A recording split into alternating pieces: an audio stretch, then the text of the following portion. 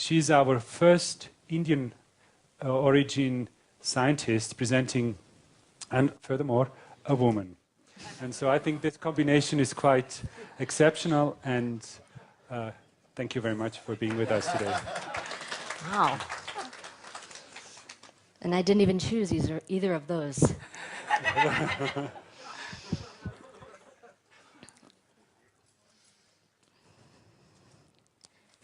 Hello, Your Holiness. It's a great joy to be here, and in fact, in many ways, a dream come true to be presenting this research to you in the country I was born in. What I'd like to share with you today is the work that we have been doing in my laboratory, investigating attention, and in particular, how training using mindfulness-based techniques might actually change attention. We have been studying this in people that really rely on their attention quite a bit. These are medical and nursing students who are experiencing a lot of stress, but at the same time, really need to make sure that they don't have any attentional lapses. If they do, it could be very difficult. So the training techniques that we've been using are similar to the program that John Kabat-Zinn has created, an 8-week mindfulness-based stress reduction type of a program. You want to adjust the mic? Yeah.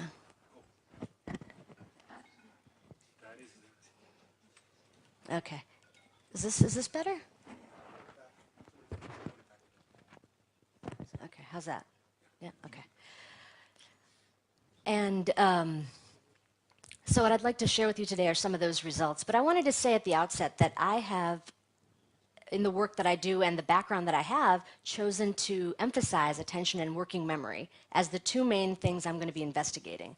But I want to make clear that that in no way is trying to say that those are the only qualities that are actually changing as a function of this training. So I wanted to just say that from the beginning. And as I've been going about trying to determine how to investigate these functions and how meditation or mindfulness training might change them, I wanted to make clear what my intentions are in doing this. Part of it is really to address a big, important part of being a human being, which is how can we work to improve the well-being of our fellow humans and reduce suffering. And it ends up that attention and working memory are both very easily degraded. They're very fragile capacities.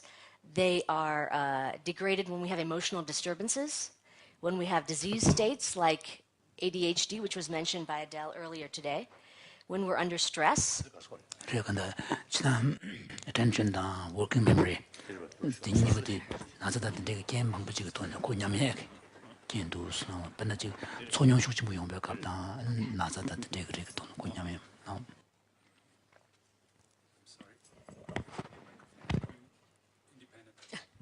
And the other way in which it's degraded is something all of us will hopefully have to face, part of normal healthy aging.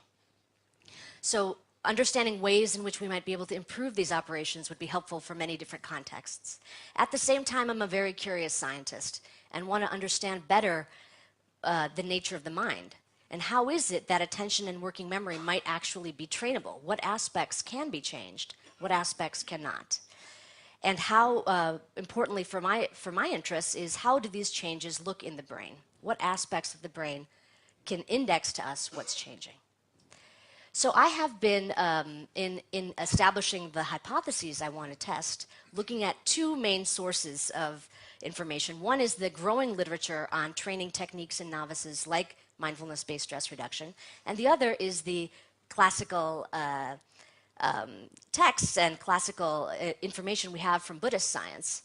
So Alan and Rupert both mentioned some of these concepts already.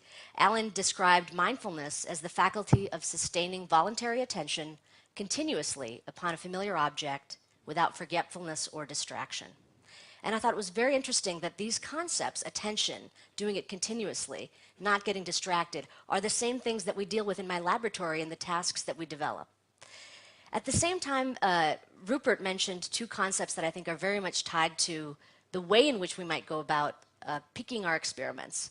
One was manasikara, or turning the mind toward.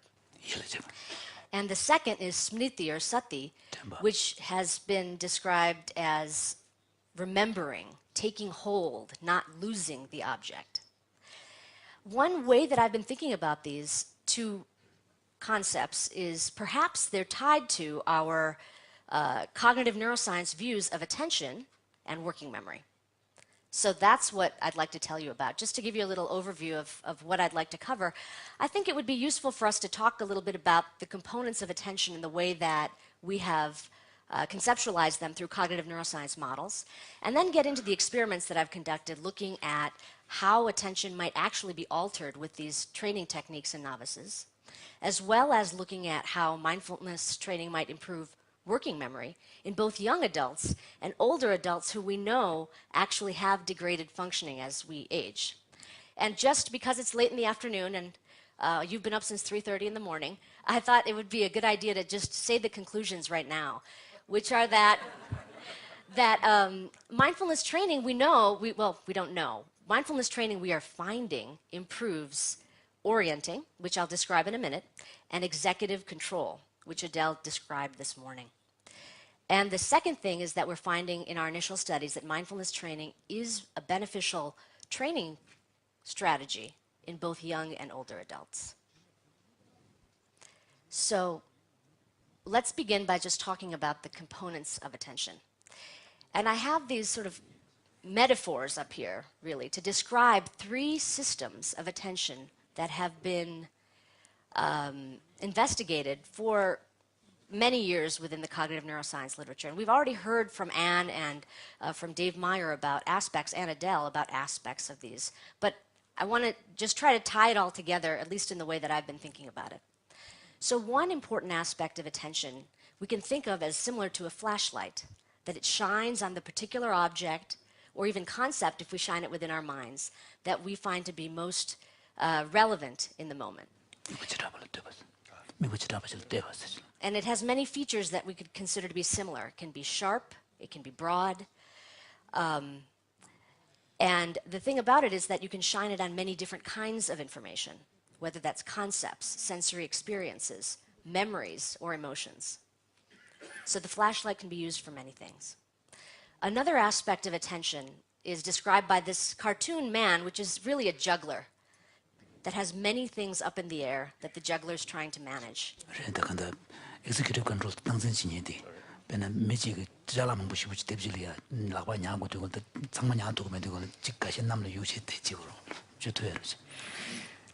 Right, and Adele did a nice job, I think, this morning describing to us the features of inhibition and cognitive flexibility that are important for executive control as we try to figure out in the moment what's not only the most important thing for us to do, but how should we respond or behave appropriately given our priorities of what to do. And the final system of attention that I'll describe is called the alerting system, which is really like thinking about keeping the attention in a readied state, like a flashing yellow light, where we don't know exactly what the relevant thing is that we should be attending to, but we know that we need to have ready access, immediate access of our attention in any moment. So in addition to just helping us understand how these systems function, these metaphors can be useful in understanding how attention can be problematic. So for example, in disorders like depression, we can think of a flashlight really only being able to shine on negative thoughts, depressing thoughts. Or in a disorder of attention like attention deficit disorder, we can think of a juggler that always wants to have balls in the air. Or something like anxiety or stress as a situation where our alerting system is always seeing warning lights everywhere. So I think that these are useful analogies, and what I'd like to do now is actually describe to you how we examine these in the laboratory. So what tasks do we have people engage in to get a little bit more specific about not only these systems, but the sub-processes within these. So to begin, the orienting system. This is just an example of what you might see if I were to ask you to come into the laboratory to see how the functioning of your orienting system works. And your job as the subject, is to just gently rest your eyes on that central cross and to then wait for a attention directing cue. And the cue now is really symbol. So like this. So the arrow says, now move your attention, keep your eyes on the cross, but move your attention to the location that the arrow is pointing, right? Then, after you've done that, you're maintaining your attention in the position that the cue directed you to, and then your job is to determine if a target, which is either an X or an O, you just have to press a button to say X in one case, O in the other. And that's the experiment. So how is this useful in understanding orienting? Well, we can manipulate different aspects, different relationships between where the target appears and where I'm asking you to direct your attention to figure out the different components of the system. That's just what I'm describing here. So this is the same set of slides, just now in the order that the subject might experience it.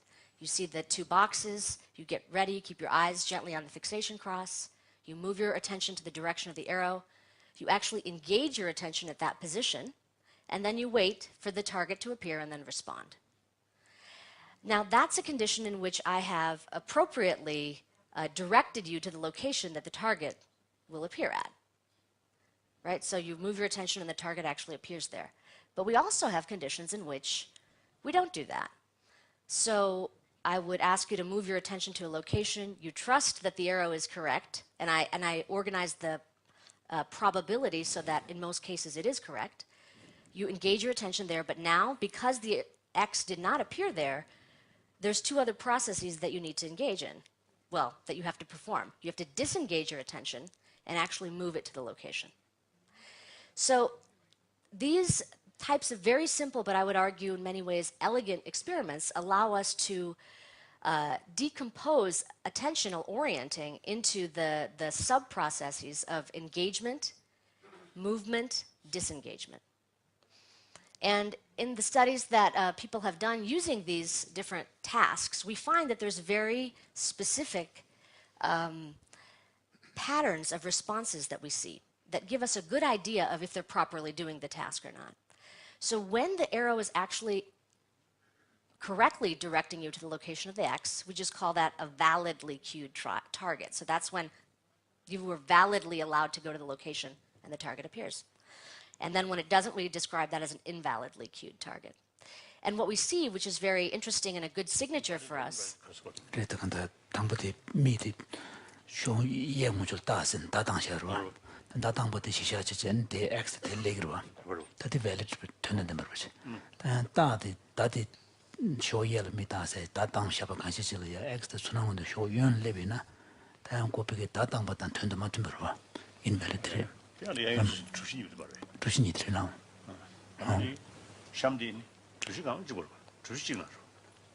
So, but the lower one still has the X in the same boxes.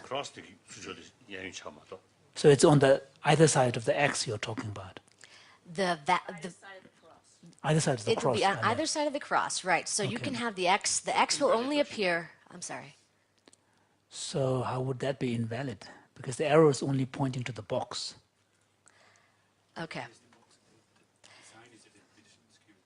Well, what? Okay. So, well, the boxes are just indicating the two potential locations that the target could appear at, only on the right or only on the left. When you get the arrow, you move your attention to the one potential location. The target appears there, that's a valid target. When you move your attention to one location and the target doesn't appear there, that's an invalid. And across all the different trials, we might have it pointing left or right, have the X or an O appear, and we mix them all up. So that's what I'm describing as invalid. You get the arrow points you to a direction, leads you to a location, but then the target doesn't appear there. So in that case, you have to disengage your attention from where you had engaged it, led by the cue, and move it to the location of the where you actually see this flash to determine if it's an X or an O. Okay? And in that sense, what you're doing is essentially preparing your mind or turning your mind toward the location that the arrow directs you to. What happens when people do these experiments is that they take much longer to respond when the target was invalidly cued versus when it was validly cued, which would make sense because your attention actually, in one case, in the valid case, was prepared at the location, and in the other case, not. So this is just a way to describe how we index the orienting system. And as I said before, these components of engage, disengage, move have been studied quite a lot in functional imaging studies to determine what the neural circuitry is that supports these individual operations. And in addition to finding that there's specific regions that get activated, we find that if patients have damage in these particular regions, they have difficulty with those things. So, for example, people that have damage to the parietal cortex, this temporoparietal junction and other regions, have difficulty with disengaging. So if they move to a location that the arrow guides them to, they can never take their attention away to move it to the correct position when the target appears.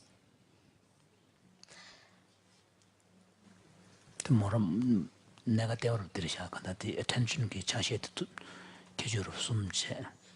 단 레레야 낭생이야. 기주민라만 보여서 배나 로유를 줘봐다. 내내 추 보고 요보다. 보비시고니 미국 신다실 때고 요. 되게 뭐야스게 여러분들이. 미국의 예전은 그 텔레비전 로고 예로. 미국 수도 세는 술래고. 술래고. 다가 이는 다당사티 대용을 돈도 제로. 다들 앙사제 다디제스 대치 대위원자. So really we are talking about the engagement of attention at the level of thought, because at the perceptual level, everything is being seen, what is in front of you. So this, because even whether it is cueing, the cues on the right side or left side, wherever the X appears, the visual perceptions perceives them anyway. Mm-hmm. So so the disengagement and engagement and moving can only make sense at the level of thought. No, these are. You're correct. Yes, when the X appears, our visual system does notice it, and that's how we're able to then redirect our attention to that position. The differences that we see between how quickly we're able to respond when it appears at the location of attention in the valid case versus not suggests to us that this process of paying attention beforehand is actually helpful and is happening in preparation for the stimulus that will appear. So the example that I showed you was simply with pressing a button. But if we had people do this while we were recording their brain activity, we would find that the parts of the visual system that represent the side that the arrow pointed to would start becoming more active even before anything appeared there. And as soon as it appears there, then you get a really big benefit.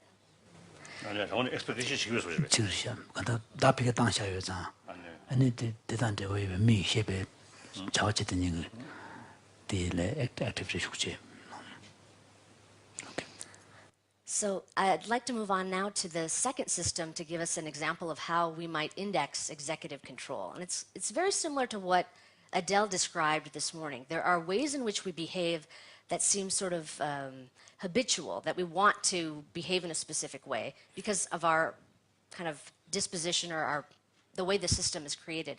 She mentioned where you'd have hearts and flowers, and when we see a stimulus, we want to respond on that side.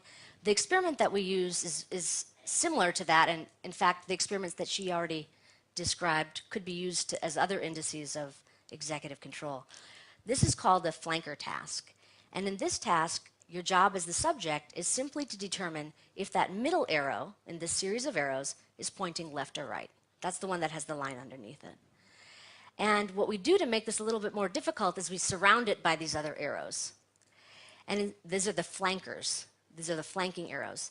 And these flankers can either point in the same direction as the central arrow, and that's what I've described here, or the other direction. And what we find is that it's much easier, and you're much more easily able to and much quicker to determine the direction of that middle arrow when all of the arrows are pointing in the same direction versus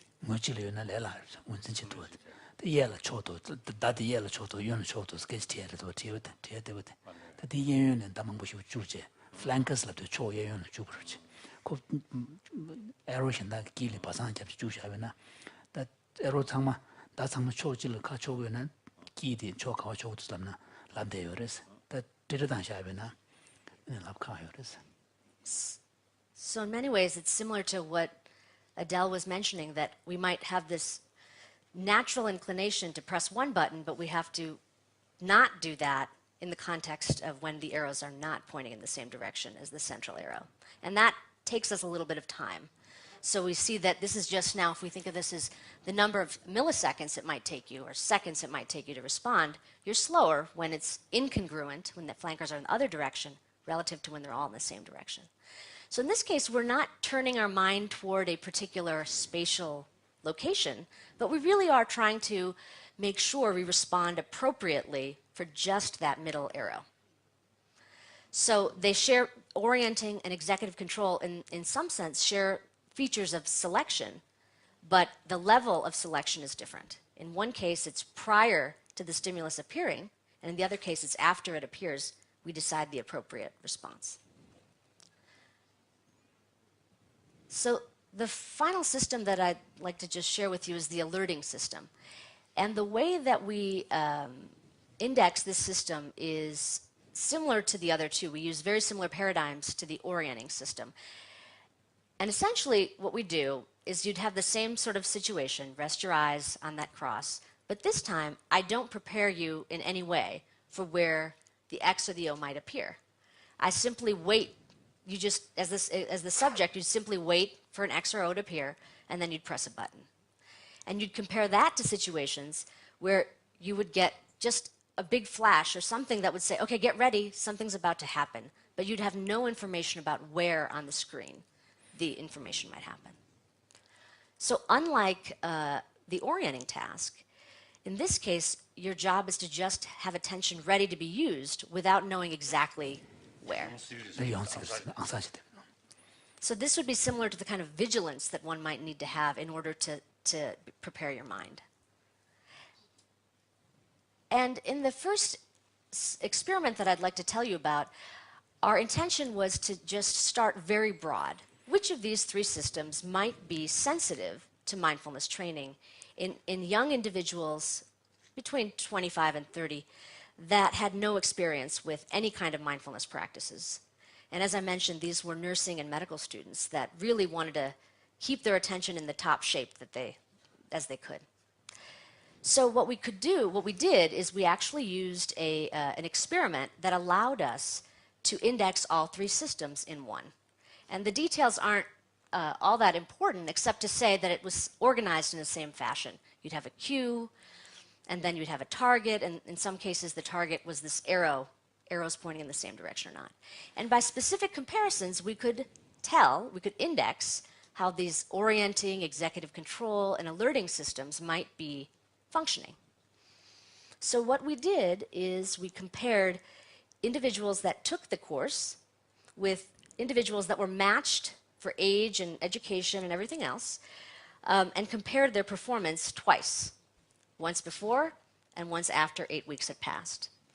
The group that received the training obviously got the training during that 8 weeks. And what we found was that of these three systems, the system that showed the biggest sensitivity to training was the orienting system. So that's what I'm showing you here.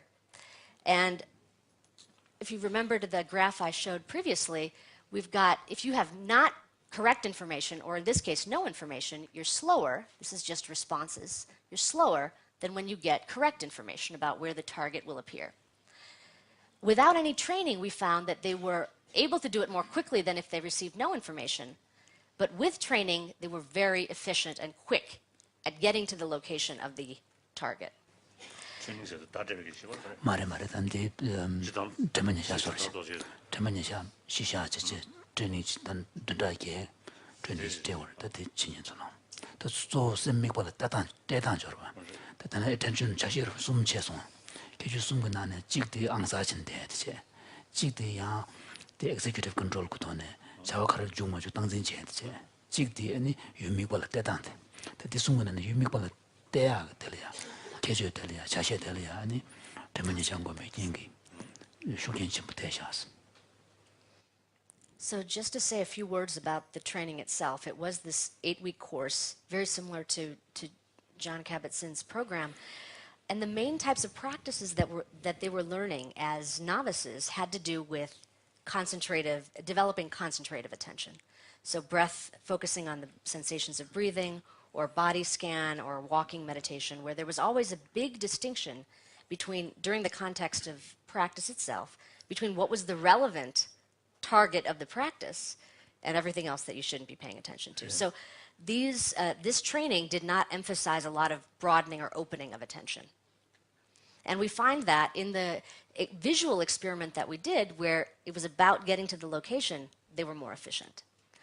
Other people have done studies in, again, novices, where they find something very similar, not in the orienting component, but in the executive control component. So that, again, if it's being specific, do this, respond to this target, not these flankers, you see benefits. So both orienting and executive control, these two systems that are sensitive to mindfulness training in novices, share the feature of involving selective attention, which is what Anne was also referring to yesterday. And selective attention allows for preferential processing of information that we consider to be relevant while ignoring irrelevant information.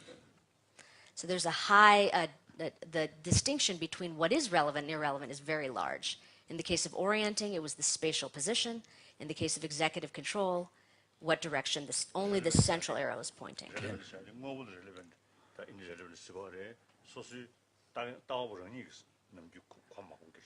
So what do you mean by relevant versus irrelevant here? Right. I mean, is it objectively, or is it from the kind of value judgment of the person? Relevant in this case, to be extremely explicit, is just in the context of being the subject in the experiment. So you as the experimenter define what is important for you to do in this time, and you're able to do it versus... the experimentation experimentation experiment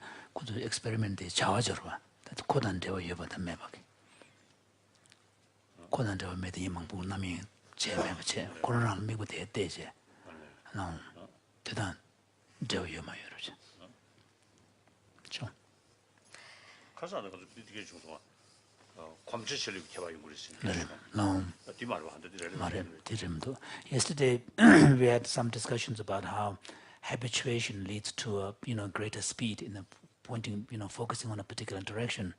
This has nothing to do with this idea of relevance and irrelevance here. It would if you have to overcome your tendency in order to perform the task that you're asked to perform. In that case, it would take you longer. So relevant and irrelevant in the context here is just a kind of a neutral term to say in the context of what either somebody else or you decide is important to do in this moment. So for example, in the context of breath awareness practice, I'm deciding the relevant stimulus is the breath and not the birds, the sounds of the birds.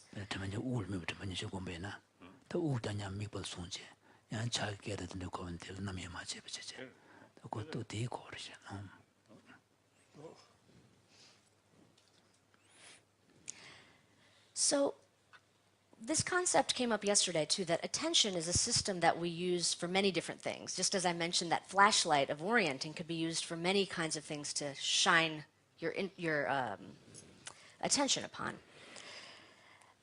Here what I'm showing is that attention can be used in the context of our experiments, as I've just shown you, to deal with stimuli in the external landscape, little flashes of light or arrows. But all of this is also happening within what I would describe as the internal landscape, which is not present in the environment. So thoughts, feelings, emotions, our thoughts about our thoughts, or metacognition. And what we've shown in the first studies that I just described is that mindfulness training in novices improved orienting, and in other people's studies have also been shown to improve executive functions, which share this feature of selecting one thing and not getting distracted by other things. So the question for me was, well, what about within the internal environment? Is it possible that mindfulness training also improves our ability to select what's relevant in the moment from the internal landscape? So here's an example of children playing football, and orienting would be knowing exactly that the ball is the relevant stimulus, within the external landscape. But in the internal landscape, it would be knowing which goal is the appropriate goal for your team. That's what I would describe as holding that information in some kind of form so that it's readily accessible. And we can think of that as working memory or short-term memory, and we can talk about the distinctions between those two later. But for the purposes of right now, the important question in my mind was, can you select better what is held in the internal landscape in the same way that we see benefits in the external landscape? So this concept of selecting from the internal landscape 단한테 몰아서는 잡아주지 지고르서 나는 볼레제베 가려야 그래 조카와 방구에 되겠다 그 템벌은 야제 근데 배주지고 This concept of selection within internal representations is very similar to selective attention as I just described to you. We call this working memory, as Adele mentioned earlier today. And here it allows internal representations of relevant information to be maintained and manipulated over very short periods of time without getting distracted by irrelevant information.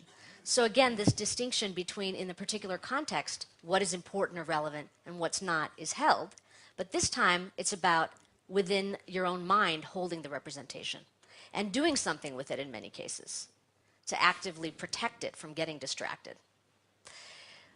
I'm not going to say much about this, but I wanted to bring it up now, and Liz will talk about this tomorrow, is that these processes of selective attention and working memory, which I've described in these experiments that seem very non-emotional, flashes of lights and arrows are non-emotional, but these two same systems work together to regulate many different kinds of information, including our thoughts and emotions and behavior.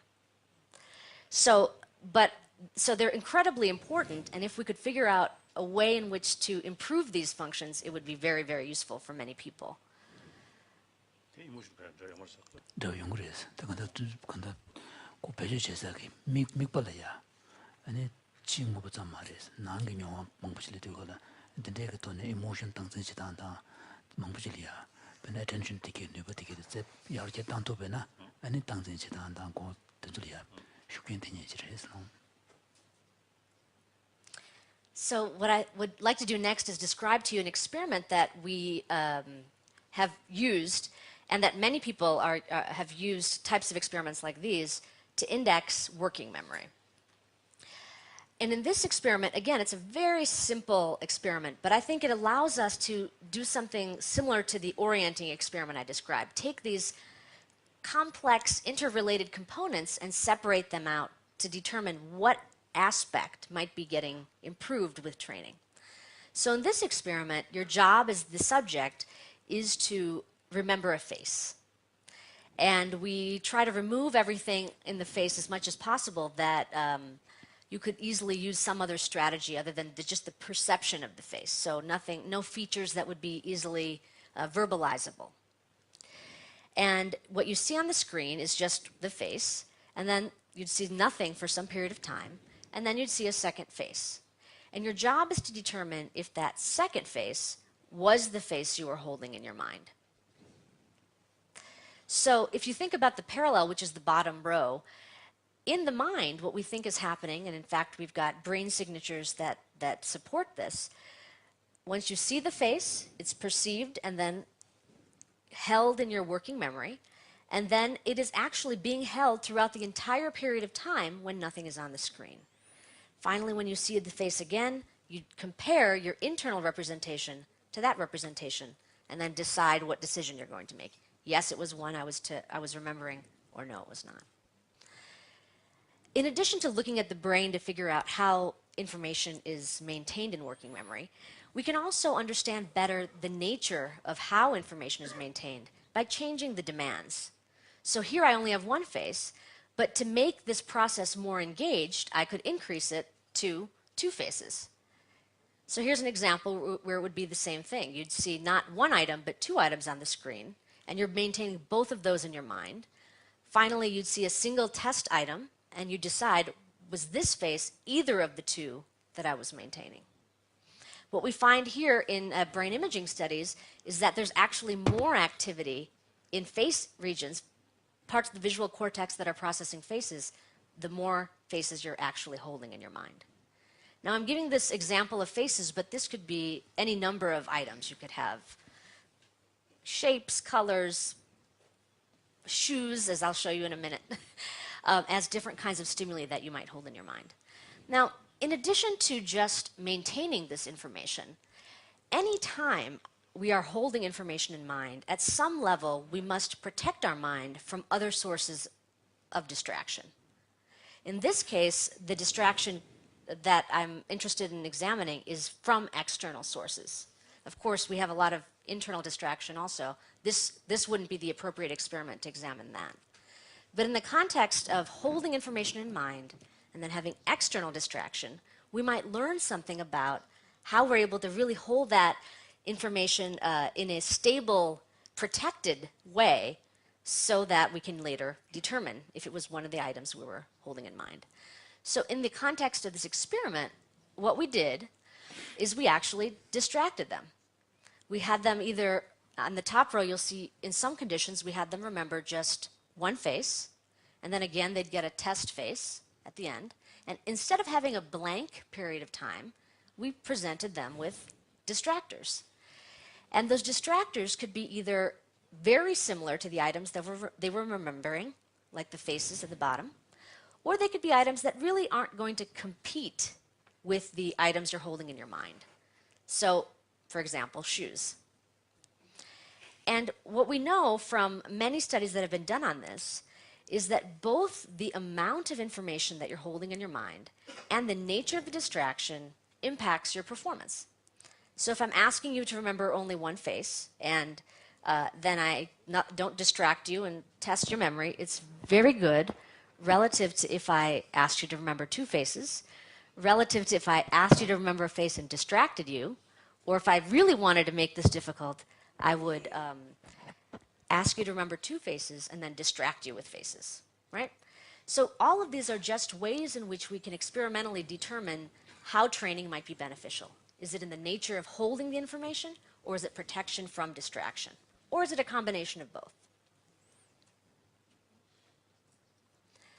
So that's what I would like to tell you about next. How is it that how is it that working memory might actually be improved, if at all, with mindfulness training in younger adults and older adults who we know have difficulty with this?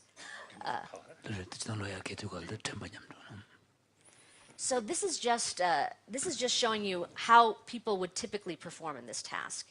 And what we see is that if you're remembering two faces and there's a face distraction, your performance is quite bad. Your accuracy is around 80%. It's not terrible, but it's not very good. If you look at on the other end, where you only have one face and a shoe that's the distractor. Oh, sorry. Okay. Is that better? You find that performance is quite good. So you're able to hold the information in mind, and because it's only one item, and then when the shoe appears, your performance is not that problematic. So what's interesting...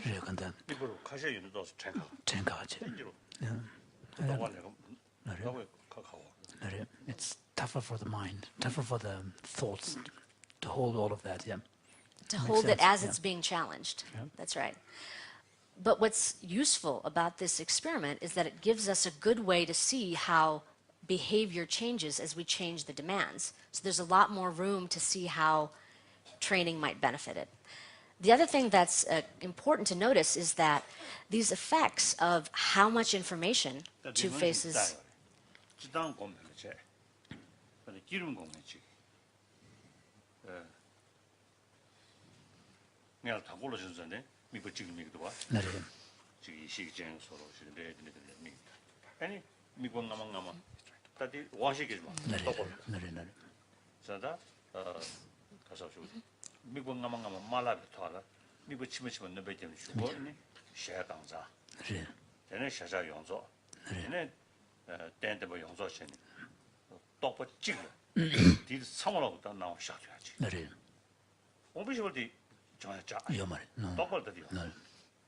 So here one type of meditation that may be of interest to experiment on is the Vajrayana. 나 컨트롤이 진짜 양념이 되는 게 때문에 이ner다. 패지 투지를 하셨으면 좋겠어요. 네, 열이 해야 말씀. So is the Vajrayana meditation on deity yoga that involves visualization, and in this it's in the context of what is called the generation stage, and there's a meditation where the yogi begins with a very particular aspect of the face of the deity. For example, simply, paying the focus on the wisdom eye. And then as that visualization image becomes clearer, then it starts slowly adding up onto the face like, an artist. Yeah, while holding the object that you have used earlier and then building up on it. So then you start gradually having the whole face, then the whole body, and then the whole mandala in which the deity sits. And all of this is supposed to be happening at the level of thought, while keeping this image. So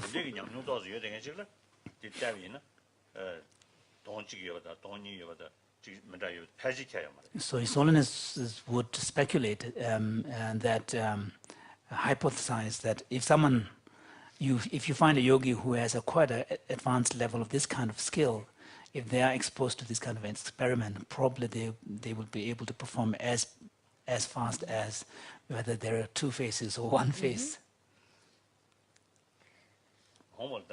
So this is something for the future. Absolutely. That's the thing. So this is something that you can experiment on once a yogi who has this kind of realization has been born.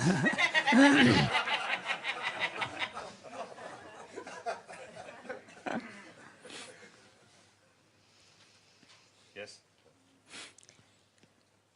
One of the benefits of having a design like this is that we can accommodate people with incredible skill levels, because we could not only add how many faces they would be asked to remember, but also distract them more and more and more to see what their limits might actually be. So it may not be that they're...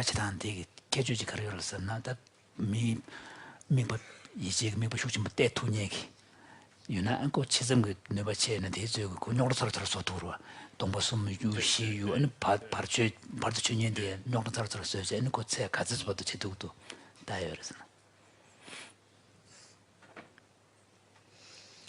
So until that type of subject arrives in my laboratory, the subjects that we've tested on this have been young adults that take this experiment, and what we find is that actually there is a benefit of taking this 8-week course. And the specific benefit is that their ability to maintain information is improved, and their protection from these distractors is actually also improved.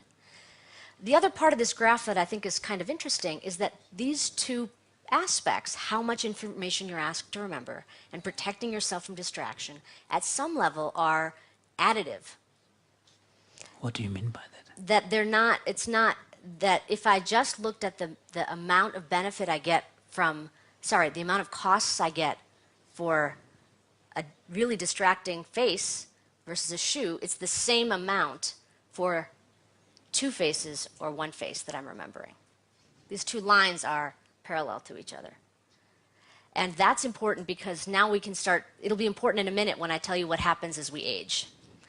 So anyway, what I'm describing here is just now looking at the impact of how much information you're asked to remember, two faces or one face. And this is after they've received the training.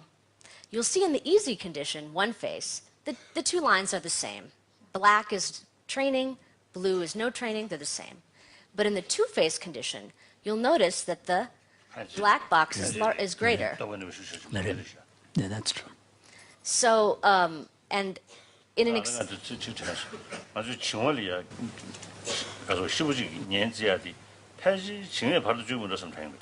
Yes.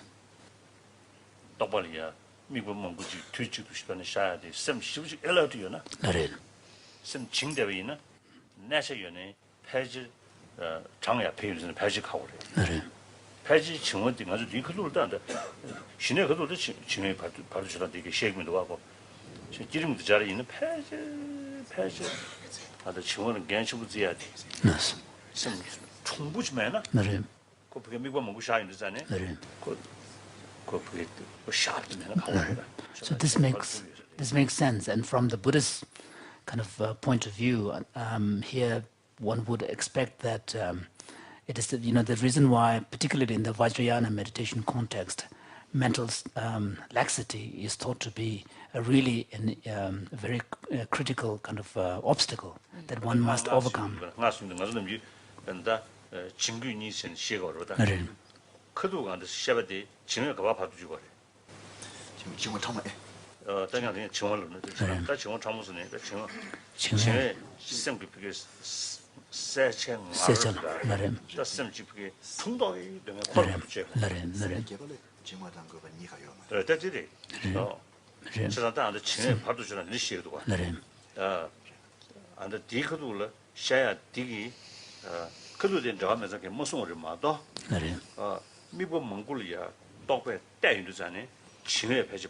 Yes. So, for example, if you look at the instructional,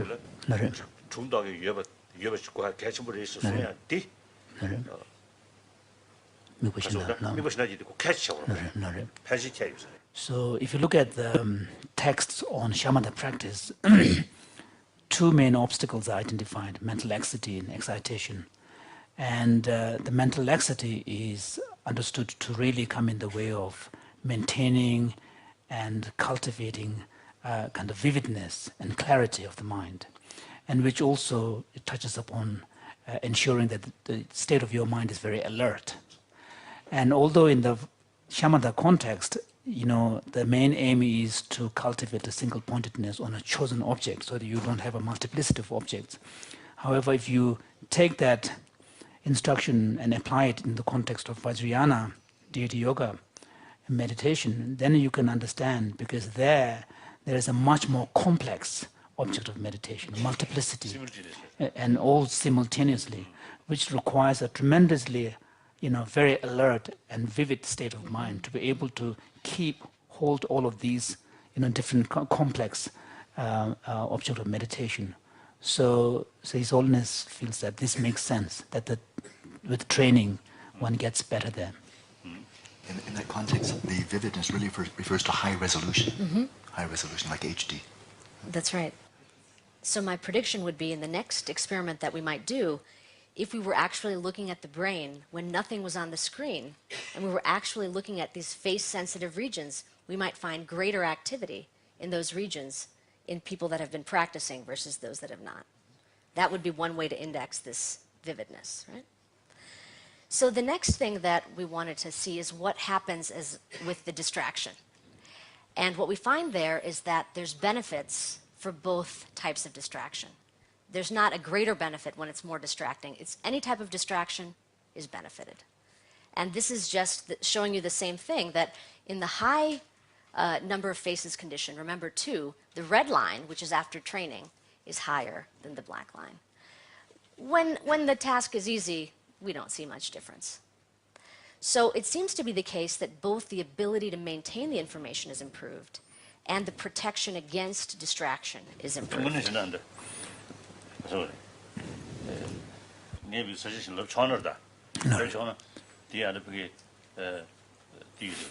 트레이닝 제시부 되기 선미관이야 내배 내차 거로 요되네 칭월이야 자나 동아 맞으셔네 선비게 진 대버지 내차 거로 대도 연구를 보다 서리지기 내차 자나 대모트네 그 칭의 꽤 매버진 그 셀드네 지금 트레이닝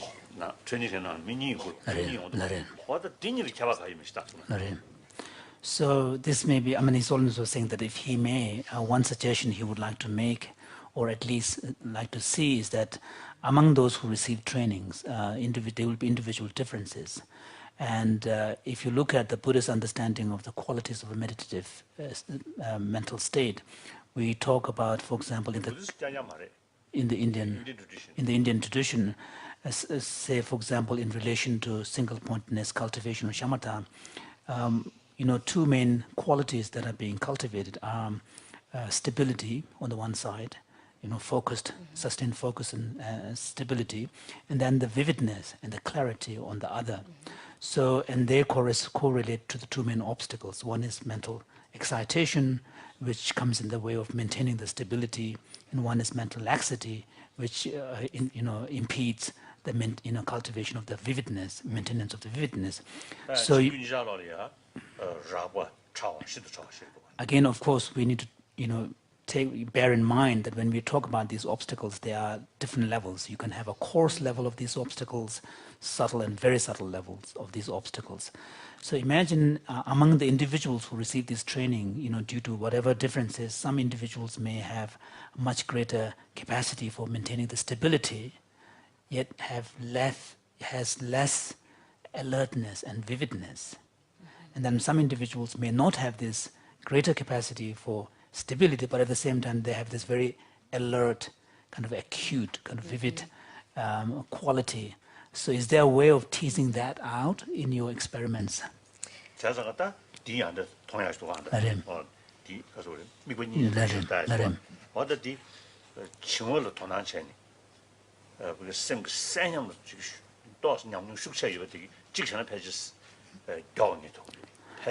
So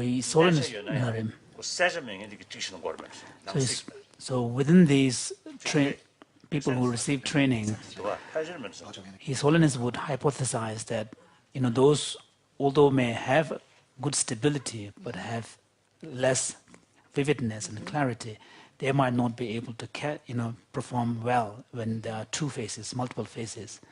And those who, instead of greater stability but has greater vividness and alert mind, they might be able to perform better when there are complexities thrown in. So she was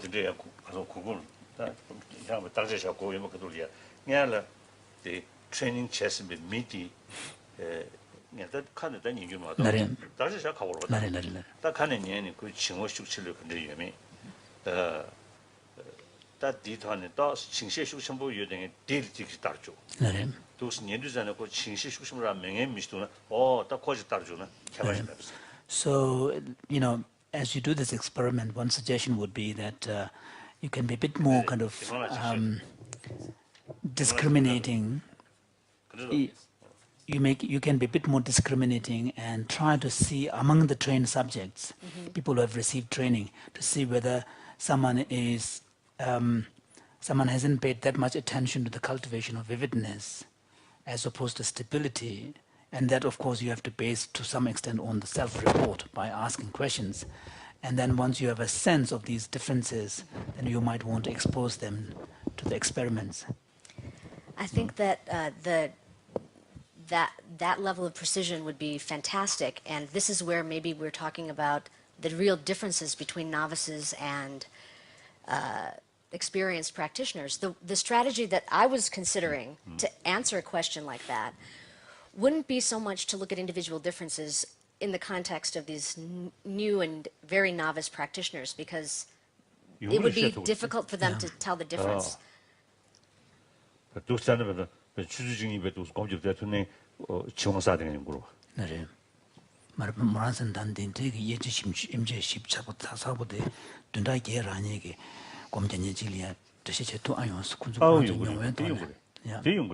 I think Solon says it's possible, even in the context of someone receiving 8 weeks of training. I mean, when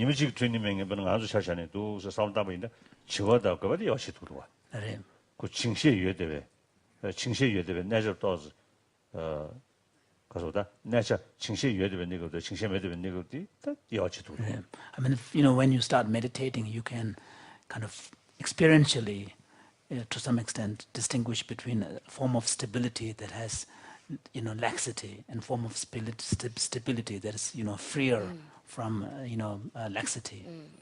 So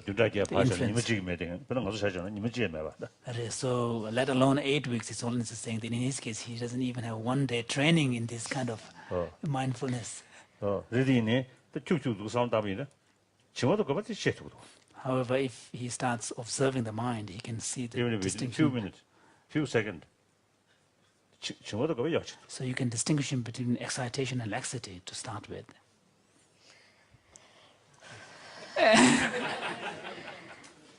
저 지상년에 친구도 그배 가서 과야오차. 네. right? In Korean, the training thing, midi training session meeting, 그 계지지는 그 정원숙샤도 정원숙총도 이어지고. So didn't did that in English. So as the experimenter, you need to first of all have to be able to understand the differences between these two obstacles, excitation and laxity, so that you have a better appreciation of the concepts. And then based on that, you can start developing self-report questions to find out whether someone is more prone to excitation or, more prone to laxity. And then on that basis, then you can do the experiments. Right. I'd like to just comment on that.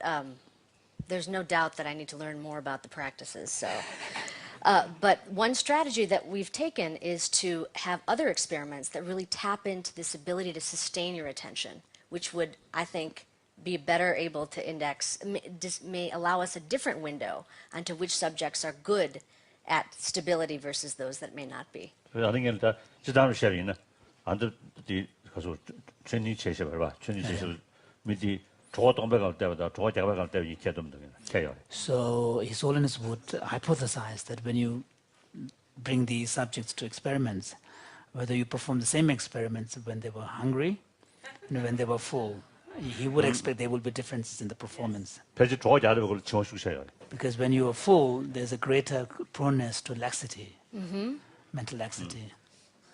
We've actually done that Some morning, experiment. the evening cat. And also whether you do it in the morning or in Yeah. the evening. Yeah. 좋아요. Current 또 chairs. something 좀 봐. Chairs, so you did that? Yeah, we did that with.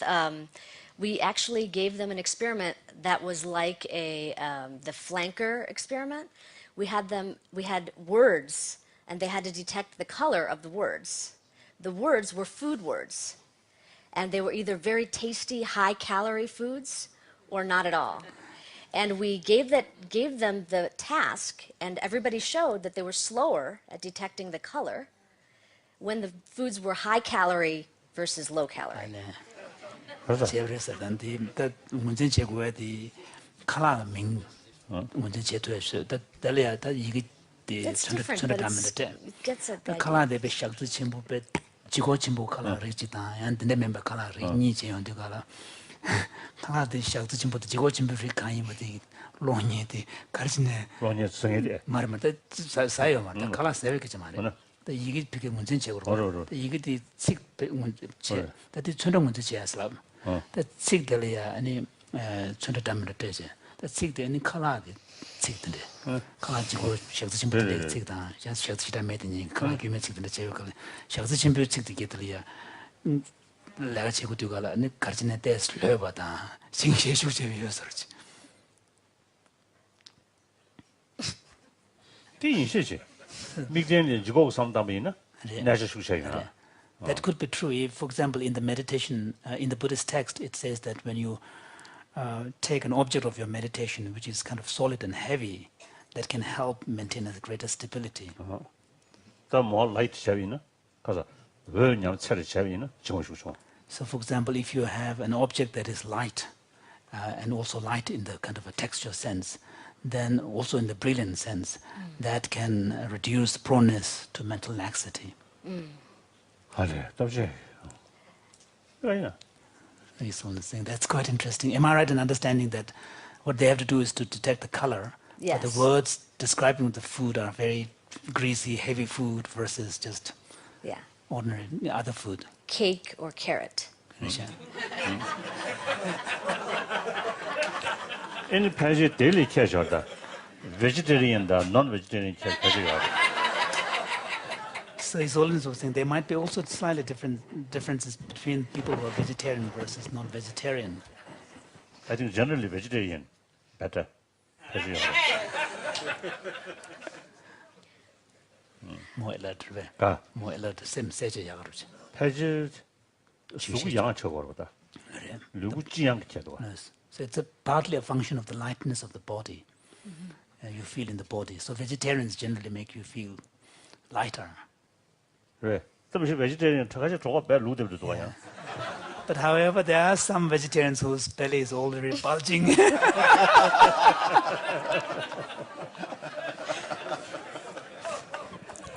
Oh yes. Just to finish up with that, just to finish up with the food experiment, I know that takes us off track, but I just wanted to mention that the slowness of the high-calorie food decreased after we fed them. And after 8 weeks of training, when they came in, they had a reduction.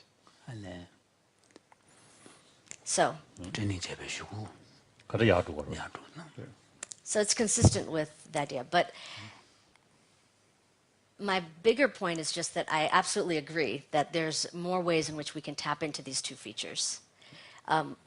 In addition to the methods that you described of probing the subject's own state and awareness of their laxity and stability, we might think about designing training that emphasizes only one aspect or another to see if we can see specific differences in our pattern of results. It's another strategy.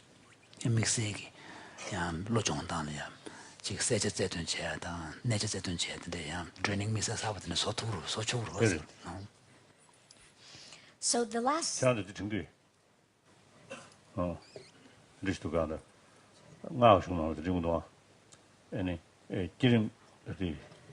기름기는 산나 고백도리야.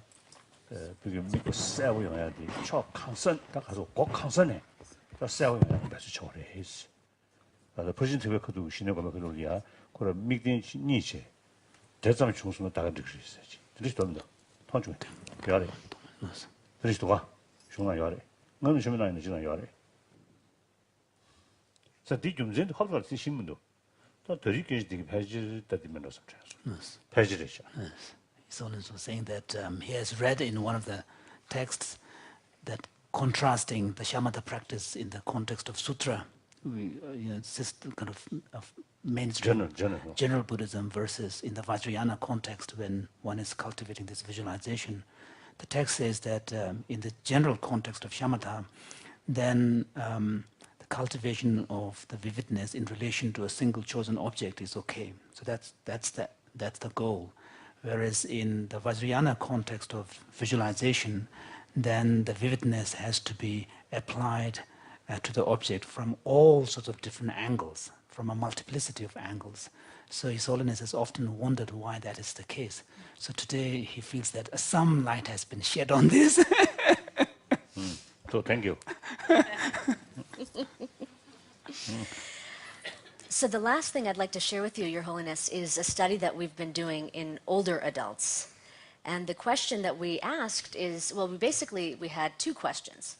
Does working memory get worse or degrade with age? Now, Adele showed us these beautiful images this morning of the frontal lobes developing through the course of child development, and that they don't fully develop till we're in about our mid-20s. Well, the bad news is that they're also the first to start degrading as we age. And so we would predict, and many have shown, that it is the case that our working memory performance gets worse as we get older. The question I had was, if we know this is happening, is there a way in which mindfulness training, which seems to have these beneficial effects in young adults, might actually be protective in older adults? And if so, we would expect that perhaps with practice, the rate of decay or decline in older adults might be reduced.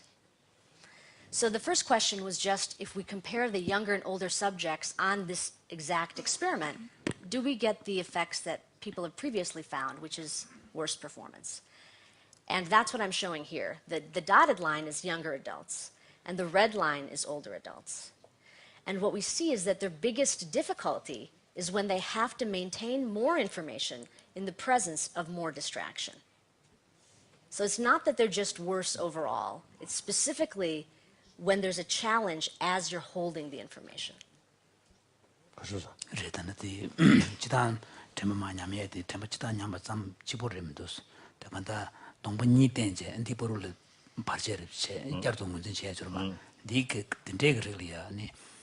로게 난 도도도스 나 고치로 나로 냐도 모두 그 집어레민도스 더 냐야 망부냐다 아니 되네 데 라멘다야.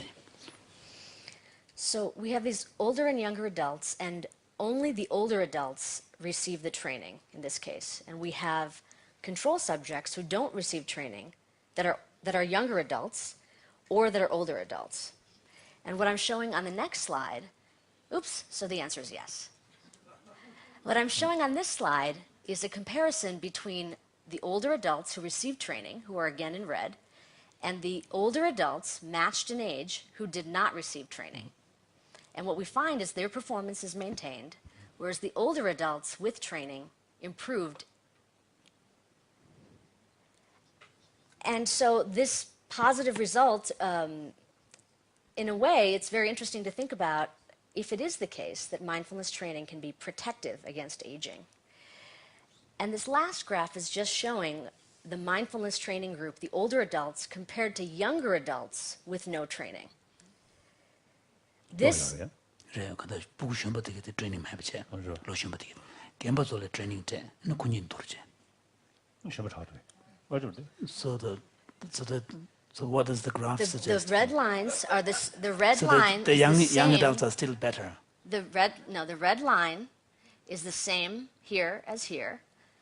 In this case, the dotted line is older adults who received no training, so they're the same age as the people in the red line.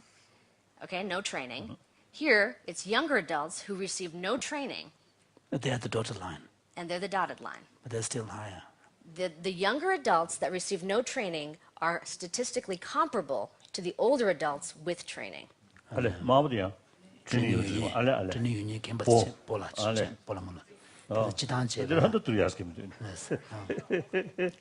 So the question you might ask is, what about the younger adults who receive training? And as I showed you previously, they get even better than this level. Yes. So the kind of view what we might have is to think about mindfulness training as being somewhat effective in protecting us in this aging process. And in a sense, these older adults' performance looks younger. So the answer to both questions is yes, that we can improve working memory in older adults. And I just want to end by bringing up this definition that Alan described and that Rupert discussed, to say we might, through this conversation between cognitive neuroscientists studying attention and Buddhist scholars, start getting a handle on what these concepts, how these concepts might map onto each other. Is it the case that Manasikara is something like orienting, turning the mind toward? Is it the case that smriti, without thinking about the ethical and wholesome qualities, may be similar to working memory, in the sense that it's about remembering in the short term, calling to mind, taking a hold and not losing the object? So just to bring us back to the conclusions, what I've tried to share with you is some of the studies that we've been doing to explore the relationship between mindfulness training and these aspects of attention that we know a lot about. And so far it seems to be that there are many positive results that we find there are benefits of this type of training, even in folks that are, even in individuals that are learning with very brief training for the first time. Thank you. Wonderful.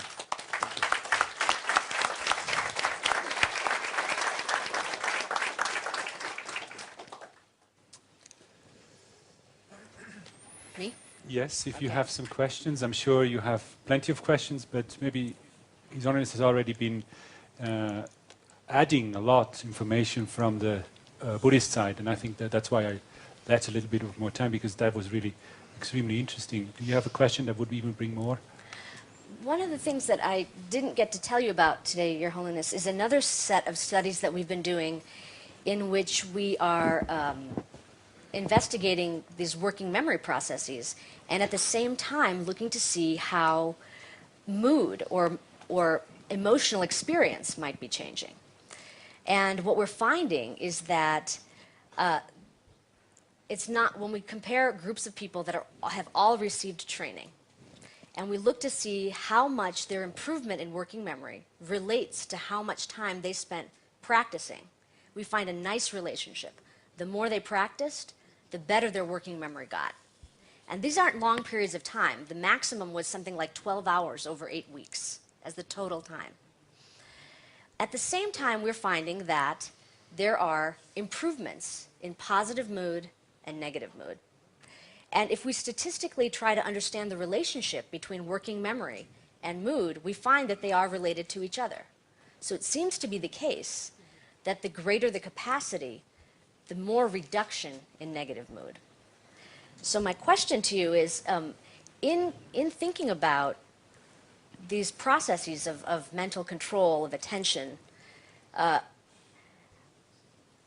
are the views that these capacities are used in the service of multiple types of contexts, or is it that there's a different kind of capacity that's brought to emotional experience?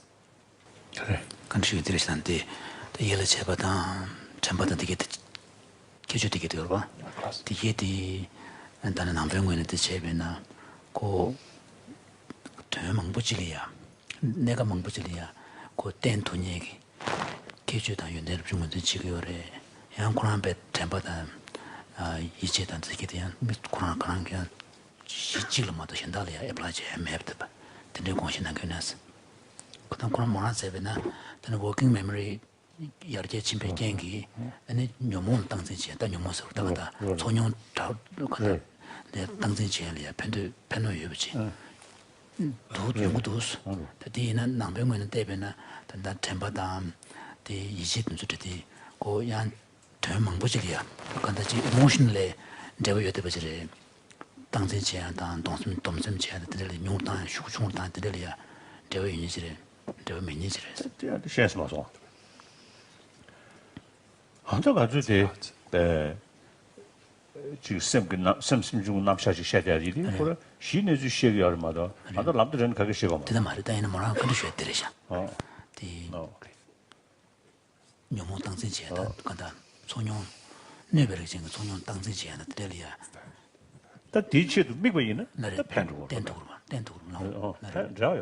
Of course, Solons was saying that when bringing in the Buddhist perspective on these mental faculties, the context in which 자야지 가서 그래. 저 출룩 잡아요, 그래. 그래.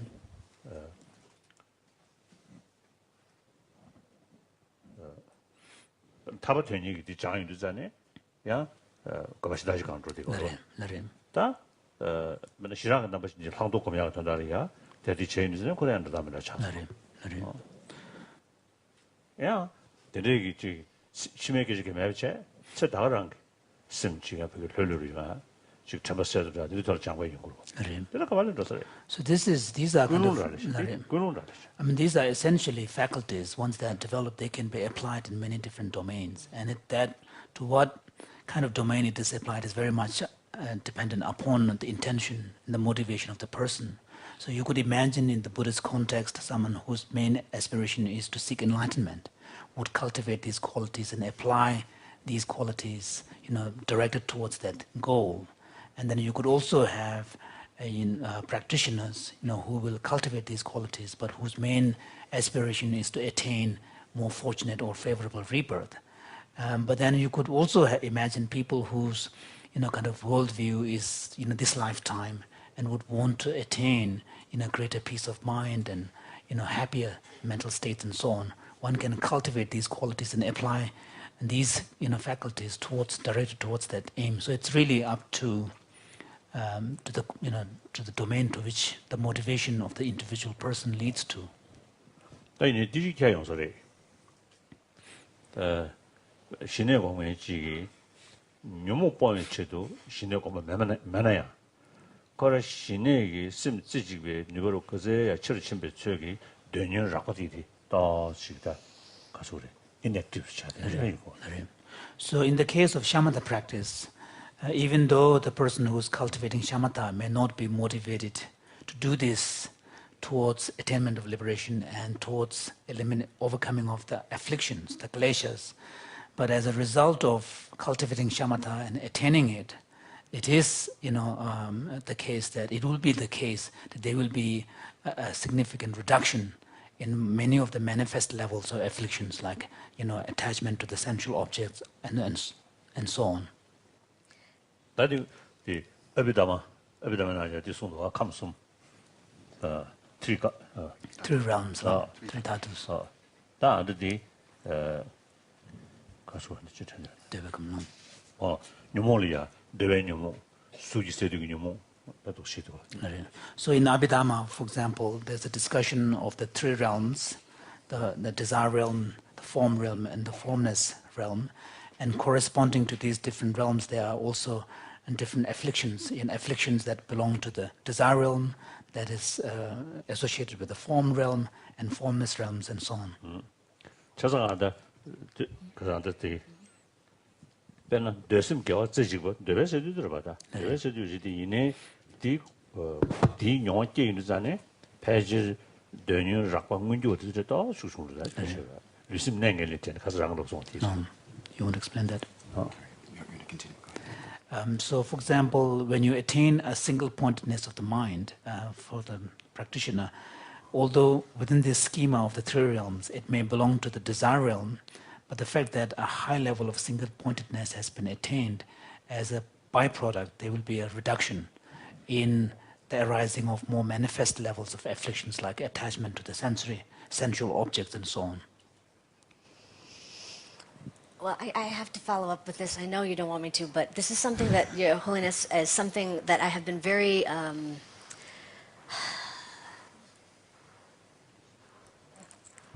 conflicted about. Because these results that I just described to you come from a group of people that were Marines, soldiers, before they went to Iraq. And I can say a lot about our intention for bringing these practices to them. They're suffering immensely. They're coming back. They've got trauma. They're dealing with contexts that require a great amount of attention so they don't make missteps and cause more harm. And they're coming back very damaged, causing them a lot of harm in terms of domestic violence, community violence. That was the intention with which we brought these practices to them. They did benefit. They improved their working memory, and they reduced their negative affect. Based on what you just said, it seems to me that there's a trust in these practices, assuming they're taught properly, that is corrective, that the qualities that might be developed could lead to greater good. But I wanted to really talk to you about this. I don't think it's a simple issue, and I don't want to derail our discussion, but I'm in the very fortunate position where, in the context of many scientists that might do something that leads them to feeling that their science might be used for good or evil. I'm in a very fortunate position to have my science intersect with your interest. So I'd like to ask you for your advice.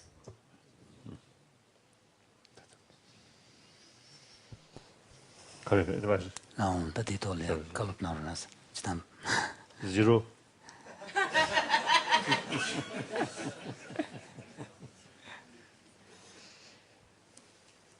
I appreciate your work. That's all. I may try to offer something. First of all, from what His Holiness was mentioning about the complex visualization, having a different way of treating the obstacles of excitement and laxity, it's very difficult to use excitement on one-pointed single object because it's basically a major obstacle. But in the case of complex visualization, there's a possibility of channeling a very active mind because of the complexity of the object itself. So if your mind is very active, you can just make it very busy looking at all the details. So in a way, there is a possibility of using that very hyperactive mind to increase and vivid visualization. While laxity is a loser because everything dims and you don't see how you could use it. So now, as an indication of what you were saying, how 미국 소설로 산다 안 액투스. 말단 미국 몽골. 레레도스도 산다. 대만에. 그래서 샘 고보 다 칭화여라 봐. 샘 고보 인다 고보 숙침보여나. 미과 몽보 요디 값수 예테스 샘 고보 딜레테스 땅 초라 봐. 대만에. 안데도 두스 말다. 안데 고미야디. 기름 고베 그돌이야. 냐라 곰제 미국 담에 유버디디 냐라 투중 시에바체. 무슨 관백하도리야 미버리 주고 누가 말다 내가 도마 미버 찍 땅장이야 뭐 장니 미버 때라 가사 되면 주선네 랭통게 참아 렉규에 번다고 통주에 번다고 지금 랭통게 참아 담분이소나 티 마야레 토네 다 애니 미버 신다지 다양 싸야 탑시체 미버 찍고도 마야레 토네 티 관배 커돌이야 미버디 누가 말다 관배 커돌이야 헨이 대대버디 마도 초아치는 용 파주 가서 미버 신다를 보고야 말해 그래서 딱 가르치고 있으면 미버 찍了 랭동 참아 땀부 주면서 하면 뒤터라 찍는 배죠 다 제일 정도 사람이 보도 도 전이 그 로찌기 조금 로 쓰지고 찍니라 봐 그거 다들 되게 쓰다들이 미버 망스 샤야지 다디 나기 아니 기름 거면 그도 뒤세도 되는 공고래스 바로 집에 대박으로 있는 미국 찍는 미니 대로 하는 자 총선 다른 집이죠. Alan, you want to bring that out? To clarify the approach of this more complex form of shamatha meditation in the Vajrayana context, 미국 뼈밖에 좀 말해. it's not a question of shifting attention to different objects within the focus field of one's focus, but rather maintaining this single pointedness upon a chosen object, initially a simple object, and then up to a point where, as the text describes, the objects become so real as if you could touch it and feel it. You could see it or touch it. Retong. So once you have attained that level of stability and vividness of the object, then you add different features and you build up. So you don't shift the focus, but you just, and while maintaining the earlier object,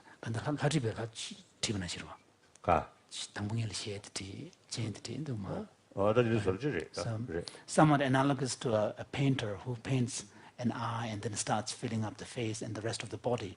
So you maintain your focus on the earlier object, but then you add on to it and then slowly building up into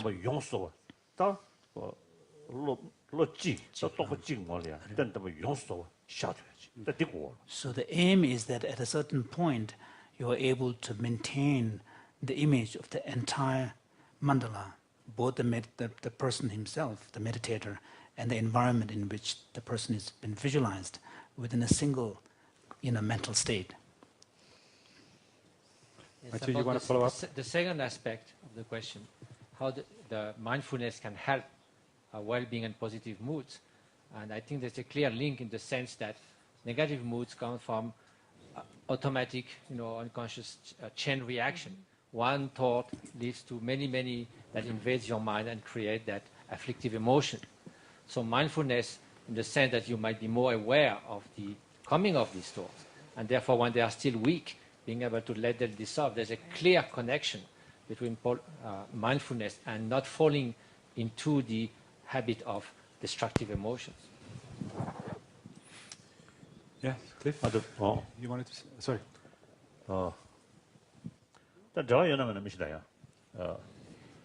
The brain specialist. They are the team. But a Michigi. Turns a chigler. The Dukes and some down the chiggy. Kadugi, Lebe, Rodantida, the holistic to stab Kadugi, Lebanese Chavakadua. The case of this convention. So this may be partly relevant or not, but one thing that His Holiness was saying that he would be interested to hear from the neuroscientist particularly is whether there are any differences in the brain level expressions of someone, say, who's paying attention to a very selective single focus or kind of a more distributed focus, like kind of a global. And you want to take up... Please. I think there are some differences. I mean, usually when you're doing a global task, there's more activity on the right side, and when you're doing a focus task, there's more activity on the left. So that's one finding.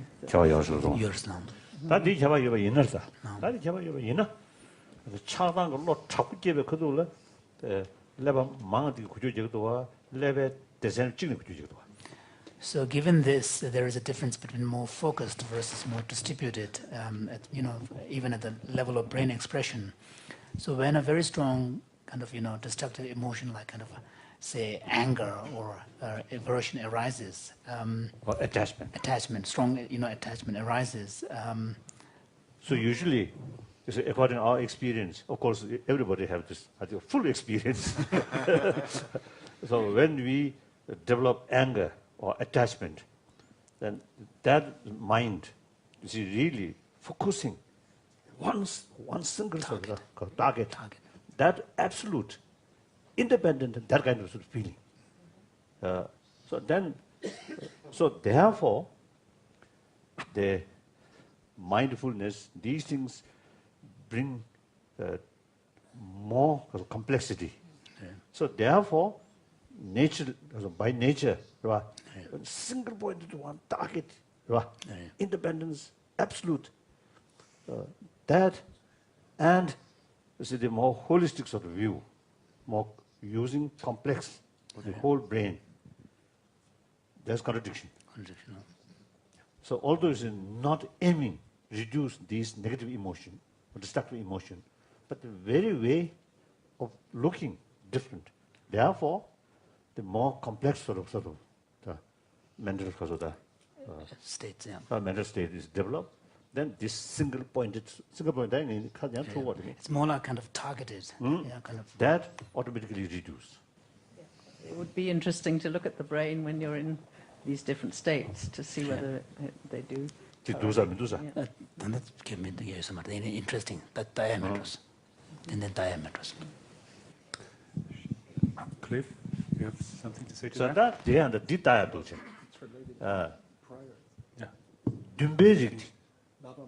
듬베지 것도 규베 그도를 레바 가르치기도 와. 녜시 등에기. 시럽기. 누구 쏘 때문에 로제베 그도 롱도 규베 그도를 레바 가르치기도 와. 디스타.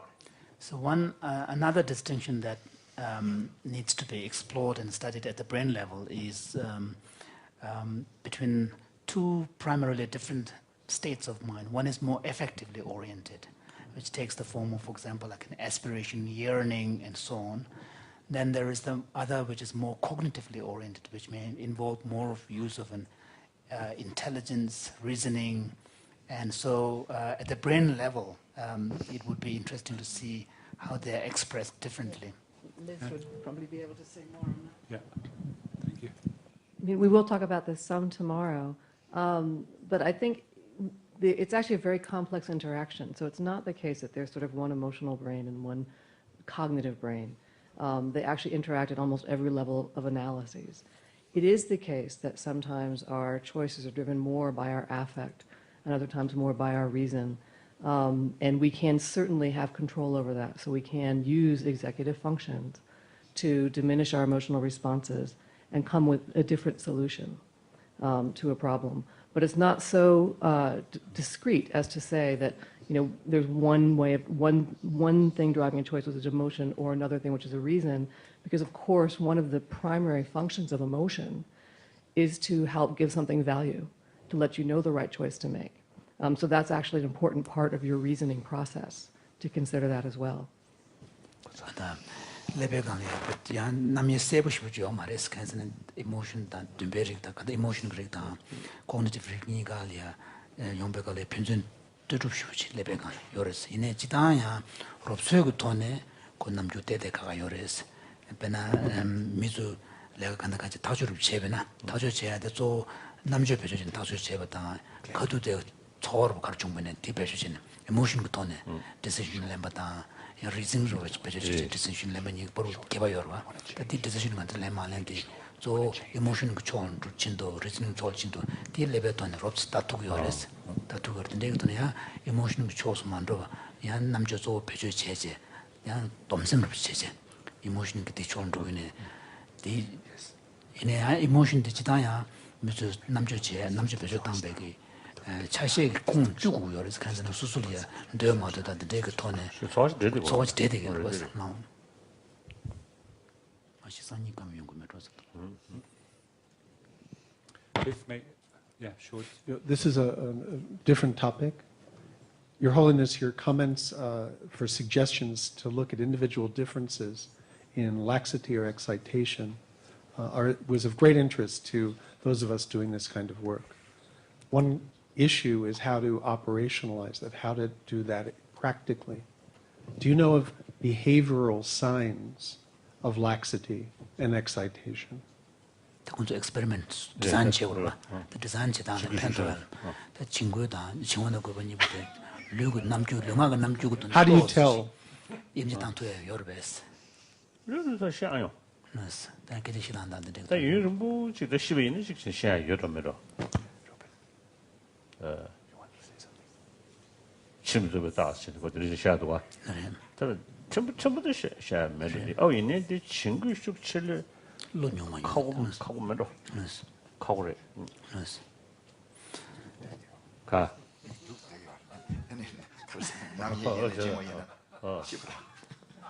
so it's also saying that unless you go to know someone 다지다르 샤비인데 미 중국도 자리 거식 샤리 미 최저도 자리 중식 샤요 지다 샤나라 다 있는 딩이 와 개말보다 So unless you are willing to spend quite a lot of time to get to know someone, it'll be very difficult to kind of guess. Of course, in the text there are. 알아서 지문줄 보고 셔도 와. 그래서 미쳐서 보고 더 셔로. 그래서 보고 셔도 지문줄 셔고, 그 교리식 셔도 내고 셔고. So, but there are, for example, related to this, there's whole question of how do you infer the different mental states of a being and qualities of a being. In the Buddhist text, there are kind of proofs, behavioral proofs, signs that are indicated. For example, some of them are referred to as the irreversible signs and so on. But in the case of laxity and excitation, generally, the understanding is that people who are kind of fast thinking, very sharp, they are more prone to excitation, and people who are kind of a little bit slower and duller tend to be more prone to mental laxity. And the reason for that is because mental laxity is understood to be a product of mukpa, like torpor, dullness, mental dullness. So and those who are kind of slower and duller are thought to be more prone to mental laxity. But that's the general understanding, but that doesn't apply. 룰이 배경성 들어가지 야래. You want to make 그랑 that point? 셔. 나바지 지심디. 네. 셔. And also, in terms of traditional Tibetan medicine, which is the same as Ayurvedic, there are the three so-called humors of wind, bile, and phlegm. And the person who is prominent in phlegm tends to be perhaps a little bit chubby, round edges, slow-moving, more patient. That person, being of earth and water element, is probably going to be more prone to laxity and dullness. A person who is more of the fire, red face, sharp-tempered, that kind of person more likely to be prone to excitation, and likewise for wind. Did I say something? Jimpala was... And likewise for the wind. Because I wouldn't know about the reference of this myself. And wind You're people talking tend to be... about us. Right? Wind people tend to be very light and quickly moving, very fast in all respects, and they of course also would be going more towards the excitation, not so much the dullness. Cliff, But I would like to leave it at that, because we have another topic that is very central to this whole discussion, and it's the whole idea about this distinction when something is conceptual and when something is perception. So the distinction between conceptual and perception. And I would like to invite Sean to make Western philosophical input into that, and maybe then elicit a few questions in that direction. Okay. So in Western philosophy, there is a debate between one side, which claims that all perception is already conceptual, has conceptual elements in it. And another side...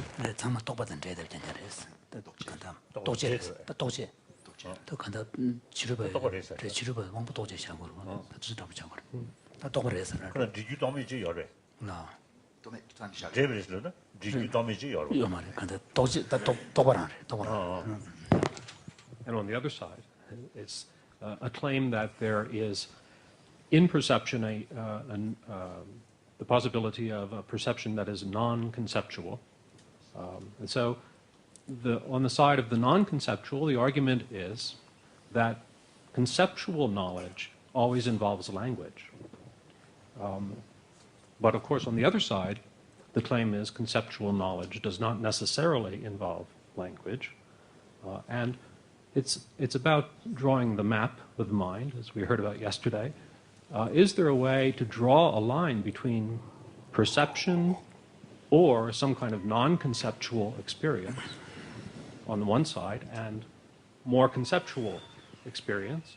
Is the line to be drawn with language, or is there some other way to define the differences or to deny the differences? That's the philosophical controversy, and that's the question.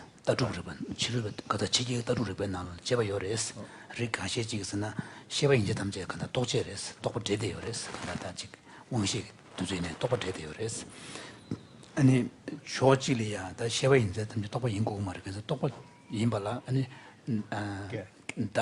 다다는 건 데버고레스 다단 다이 데벌레디고 안 다단 데버 메디니 쉐베르든데 용초고레스 지라고레스 다 바나모디 시케시 디기 똑바 인제 좀 쉐바 인제 좀 똑바 인고 스년디기 똑바 인발린 짐이 달달 되고요 말해서 그래서 야마 참제제디 I can add that in developmental psychology also, this is a discussion. So some developmental psychologists will claim that even very young infants have conceptual knowledge, and others will deny that. They will say young infants will have experiences, perceptions that are not yet conceptual because they do not yet have language. 다들 보고 참은 제바치니 사이콜로지스 나올래 단 저버도 요레스 그래서 보춘주만 장가리야 또 봐요 말이야 맞아요. 네 맞아요. And I think there's a difference of opinion among the experts here. 다간다 림버르데 티르도 가wan자고 이면 요레스 지점지 봐도 무슨 지점지 봐도 똑바 진대네 똑바래서야지.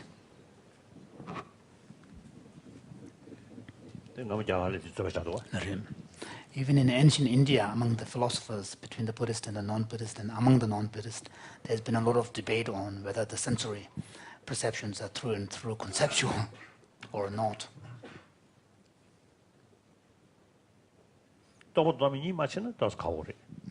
But in principle, if we don't make the distinctions between perceptual versus conceptual, it really opens up a lot of problems.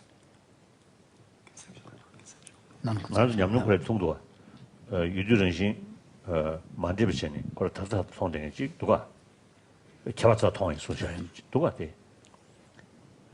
다지나네 도배 직야 첸 셰세요 거네 다직 주시 내가 사실 도산 사업주도 So even from our own personal experience, phenomenologically, there seems to be a difference in the way in which we experience the world. So, for example, there could be a very, kind of primary experience of a given object where there is no conflation of time and space. What is given is perceived. And then when you are at the level of... eye consciousness, I can see from here up to from here. But the mind cannot, the conceptual thought cannot kind of ascertain, all the facts that are within that field, whereas the visual perception is able to really attend to all of these. So, and also at that level of experience, no evaluative judgments are made of whether good or bad or any of that. So then this is followed by a conceptual thought processes, which then selects out of these field of whatever's within the field of experience, it selects whatever it chooses to, and then starts labeling and also attributing qualities of desirability or undesirability, good or bad, and so on. 진짜 도움이 원구 시부터 되지. 그 야할 당고 저는 원부 거를 야다 소지전 샤리마 수수 샤리마고. 네. 류왕도 수수 되지도 않아. 다 아는 아주 트레이닝 제트는 이루도 받는 거. 네. So if someone wants to try to improve their visual sights or auditory power and so on, the only way in which you can do that is to really do something about the physical basis of these organs. No amount of mental training is going to help you. Whereas when we talk about effects of mindfulness practices and so on, we're really talking at the level of thought, conceptual thought, where then it is much more susceptible to training and adaptations and so on.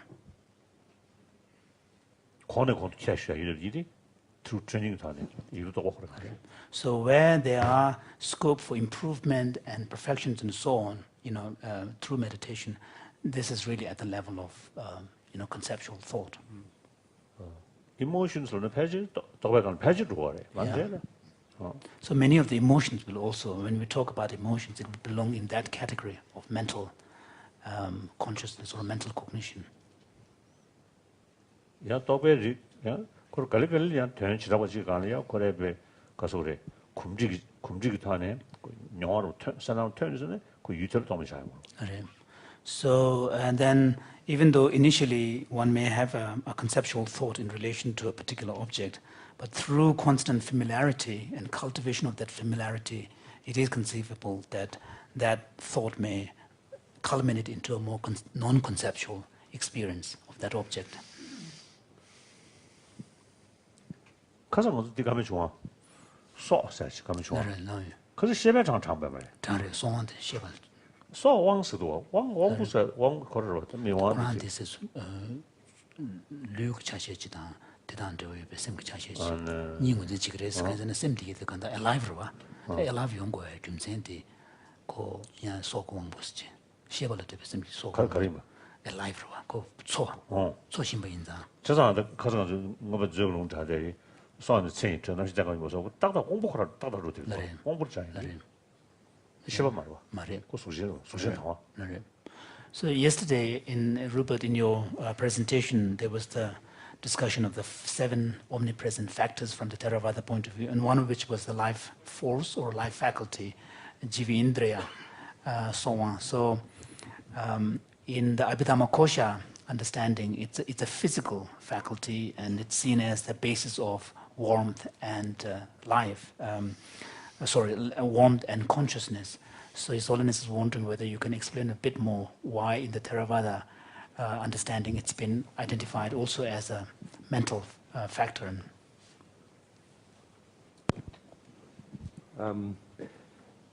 Is that on? Yeah. I'm not sure that I really fully understand why. The simple idea seems to be it is also a physical factor in the Theravada Abhidhamma. So the suggestion is that consciousness also needs some kind of correlate to that. That consciousness is alive in some way, so it is animated. Part of the idea is that maybe the Jivatindriya is compared to the faculty of life at a conscious level is compared to a kind of water that sustains a lotus flower, so that consciousness uses almost a kind of energy, life force. But that is, to some extent, a kind of guess on my part. It is not very clear.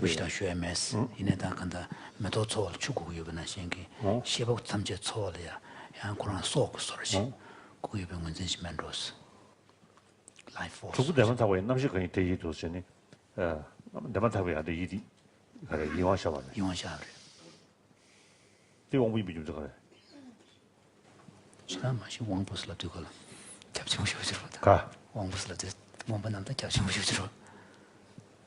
그 어머니 말에. 그래 어머니 있어. 어머니 오실래.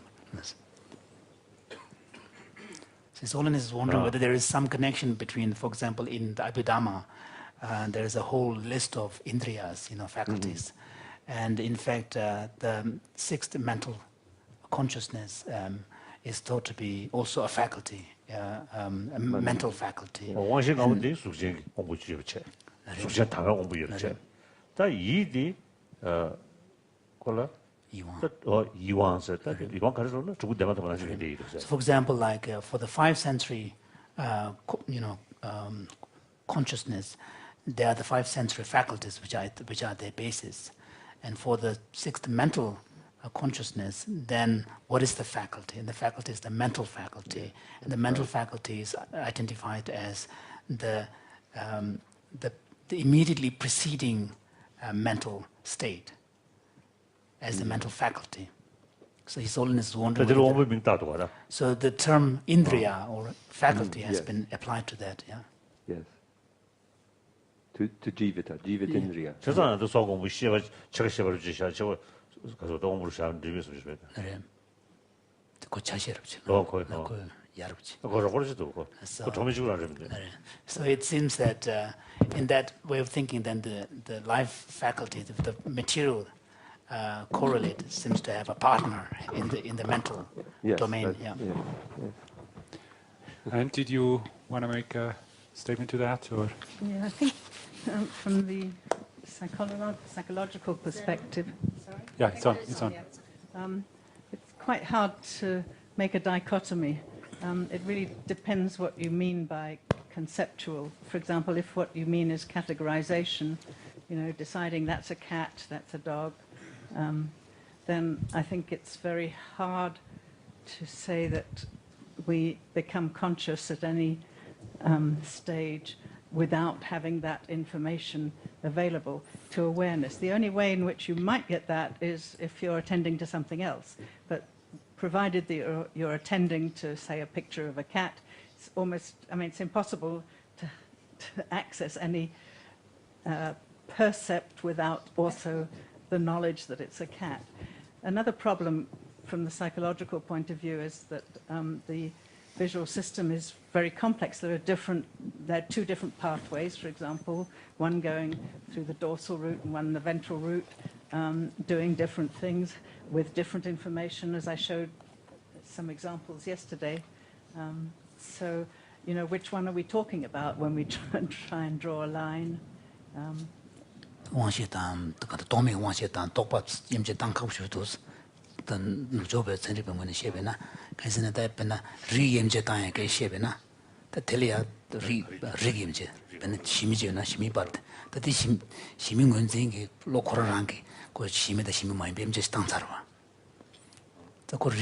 Categorization.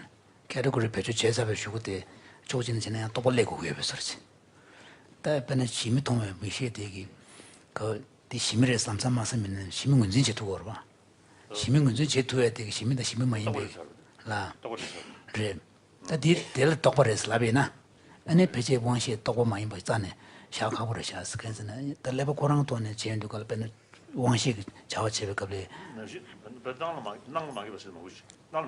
나를 나만 고주 명마다 마도 다 계속 배선 충성 통과까지 지리야 저도 통 내가 게만 나를 나를 다 가리 망해버디 가리 레버리스는 이루다 버디를 말이야 no.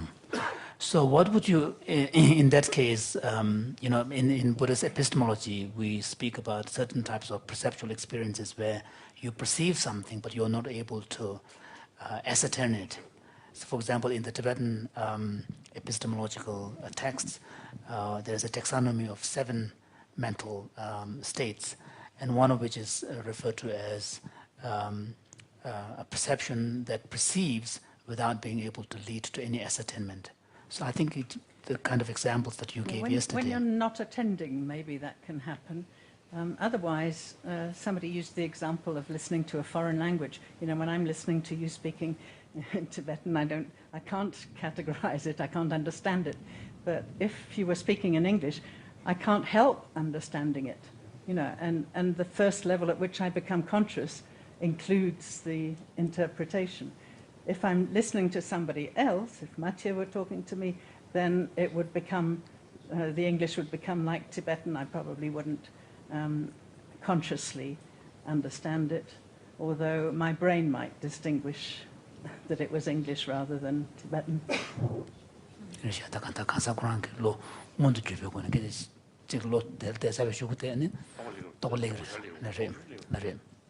Because the conceptual thoughts come very fast. So, no. the language is that daily knowledge is that you said that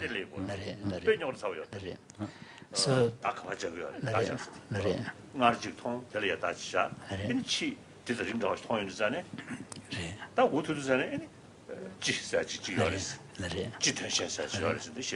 so this opens up this whole question of how do we recognize category, how do we categorize. Again, this has been a major object of inquiry in the classical Indian philosophy. In fact, how do we recognize when we give a label to something, and how do we recognize that the same label is applied to this particular animal or object which belongs to the same category?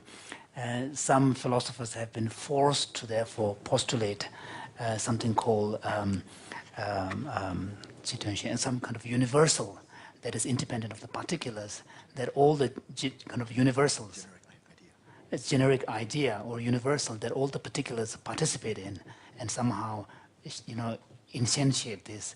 And this is what, this permeates all the particulars. So therefore, whenever you see a particular that is different, you are able to immediately identify it, recognize it as being the same. So this has been a major area of inquiry. It's also a big problem in psychology. Thank you very much, Your Holiness, and we see you tomorrow again. Like this. So the arrow says, now move your attention, keep your eyes on the cross, but move your attention to the location that the arrow is pointing, right? Then, after you've done that, you're maintaining your attention in the position that the cue directed you to, and then your job is to determine if a target, which is either an X or an O, you just have to press a button to say X in one case, O in the other.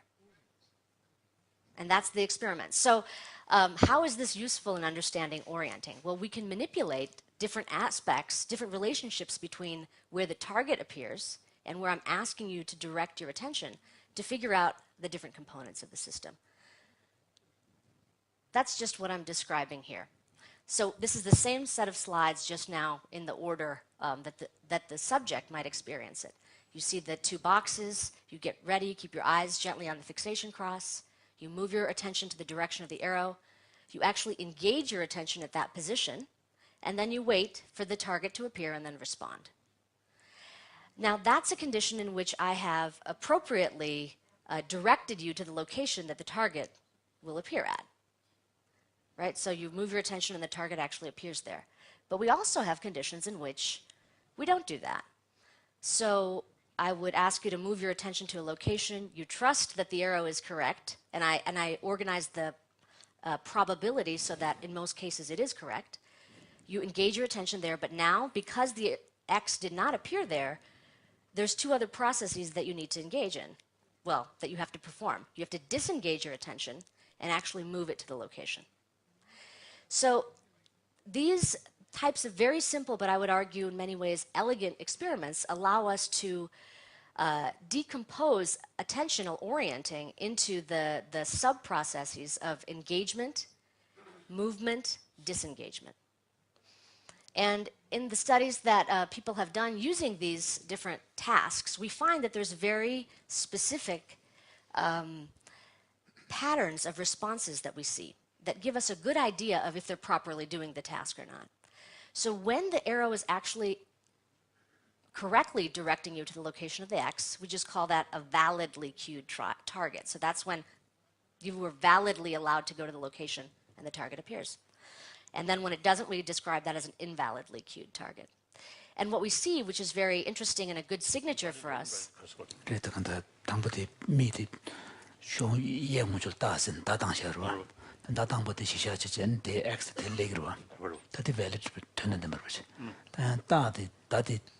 쇼예를 미다세 다당 샤바 간시실이야 엑스트 순항원도 쇼연 레비나 다양 고백에 다당 받단 튼도만 좀 벌어 인벨리트리 그냥 주신이 말해. 주신이들이 나오 아니 샴딘 주시강 집을 봐. 주시지나. So but the lower one still has the X in the same boxes. 크로스틱 수저리 예인 참아도. So it's on the either side of the X you're talking about. Either side of the It will cross. be on either side of the cross, right. Us will hopefully have to face part of normal healthy aging. So understanding ways in which we might be able to improve these operations would be helpful for many different contexts. At the same time, I'm a very curious scientist and want to understand better the nature of the mind. And how is it that attention and working memory might actually be trainable? What aspects can be changed? What aspects cannot? And how, importantly for my interests, is how do these changes look in the brain? What aspects of the brain can index to us what's changing?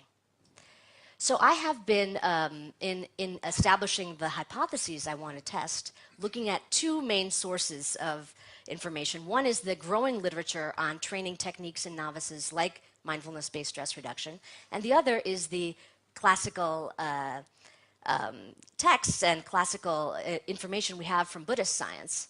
So Alan and Rupert both mentioned some of these concepts already. Alan described mindfulness as the faculty of sustaining voluntary attention continuously upon a familiar object without forgetfulness or distraction. And I thought it was very interesting that these concepts, attention, doing it continuously, not getting distracted, are the same things that we deal with in my laboratory in the tasks that we develop. At the same time, Rupert mentioned two concepts that I think are very much tied to the way in which we might go about picking our experiments. One was manasikara, or turning the mind toward. And the second is smriti, or sati, which has been described as remembering, taking hold, not losing the object. One way that I've been thinking about these two concepts is perhaps they're tied to our cognitive neuroscience views of attention and working memory. So that's what I'd like to tell you about. Just to give you a little overview of what I'd like to cover, I think it would be useful for us to talk a little bit about the components of attention and the way that we have conceptualized them through cognitive neuroscience models, and then get into the experiments that I've conducted looking at how attention might actually be altered with these training techniques in novices, as well as looking at how mindfulness training might improve working memory in both young adults and older adults who we know actually have degraded functioning as we age. And just because it's late in the afternoon and you've been up since 3:30 in the morning, I thought it would be a good idea to just say the conclusions right now, which are that mindfulness training, we know, we don't know. Mindfulness training we are finding improves orienting, which I'll describe in a minute, and executive control, which Adele described this morning. And the second thing is that we're finding in our initial studies that mindfulness training is a beneficial training strategy in both young and older adults. So let's begin by just talking about the components of attention. And I have these sort of metaphors up here, really, to describe three systems of attention that have been investigated for, so you can have the X will only appear, I'm sorry.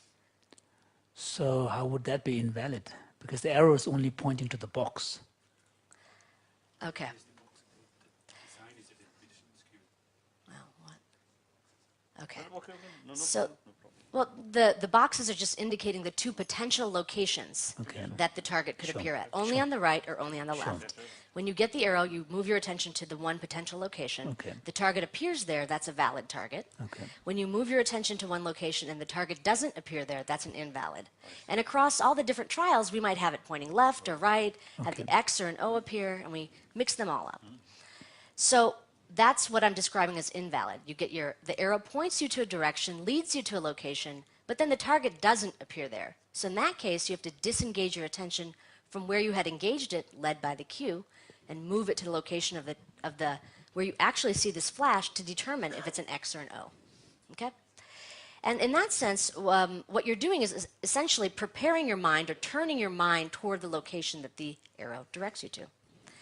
What happens when people do these experiments is that they take much longer to respond when the target was invalidly cued versus when it was validly cued, which would make sense because your attention actually, in one case, in the valid case, was prepared at the location, and in the other case, not.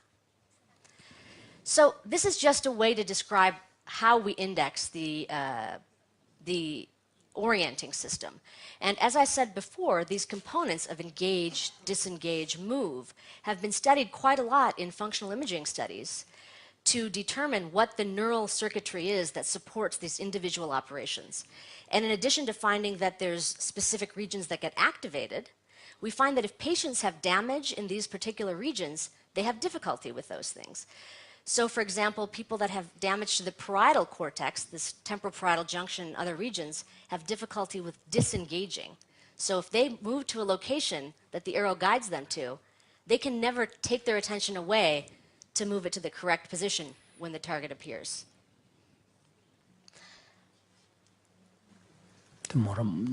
내가 대화를 들으셔야 간다. The attention 기 자시에 기주로 숨체.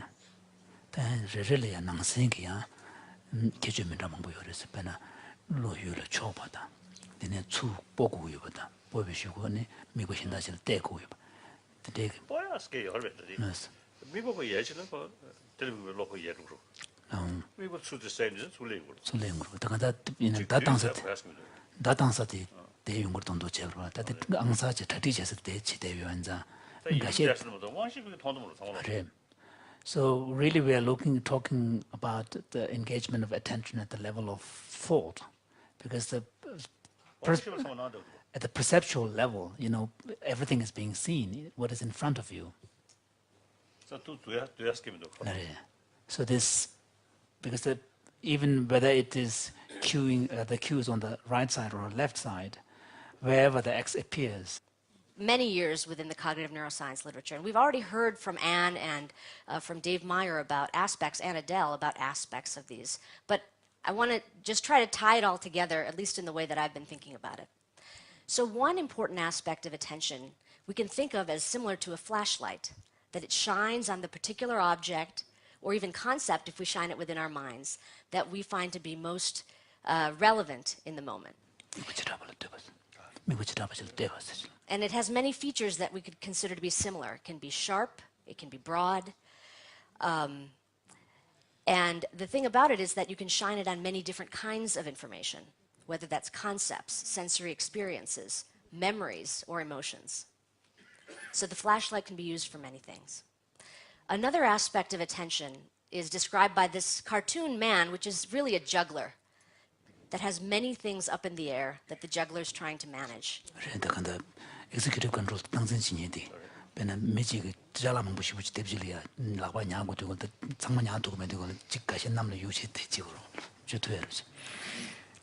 Right, and Adele did a nice job, I think, this morning describing to us the features of inhibition and cognitive flexibility that are important for executive control as we try to figure out in the moment what's not only the most important thing for us to do, but how should we respond or behave appropriately given our priorities of what to do.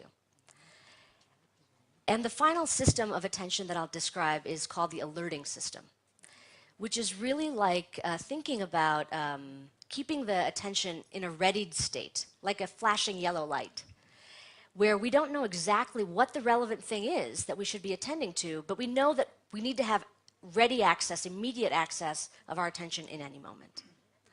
So in addition to just helping us understand how these systems function, these metaphors can be useful in understanding how attention can be problematic. So for example, in disorders like depression, we can think of a flashlight really only being able to shine on negative thoughts, depressing thoughts. Or in a disorder of attention like attention deficit disorder, we can think of a juggler that always wants to have balls in the air. Or something like anxiety or stress as a situation where our alerting system is always seeing warning lights everywhere. So I think that these are useful analogies, and what I'd like to do now is actually describe to you how we examine these in the laboratory. So what tasks do we have people engage in? To get a little bit more specific about not only these systems, but the sub-processes within these. So to begin, the orienting system. This is just an example of what you might see if I were to ask you to come into the laboratory to see how the functioning of your orienting system works. And your job as the subject, is to just gently rest your eyes on that central cross and to then wait for a attention directing cue. And the cue now is really symbol. So she's our first Indian origin scientist presenting, and furthermore, a woman. And so I think this combination is quite exceptional, and thank you very much for being with us today. Wow. And I didn't even choose either of those.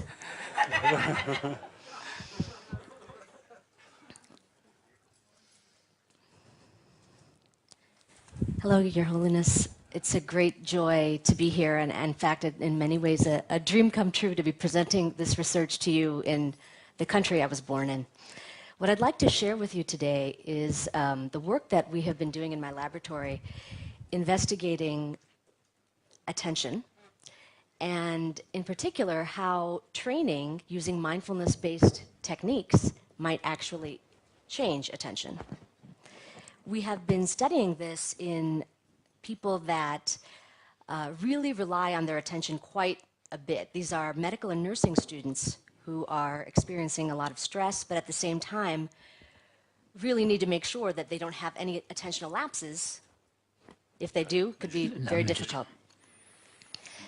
So the training techniques that we've been using are similar to the program that John Kabat-Zinn has created, an 8-week mindfulness-based stress reduction type of a program.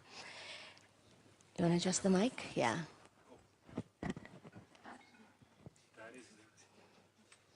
Okay. Is this better? Okay, how's that? Yeah, okay.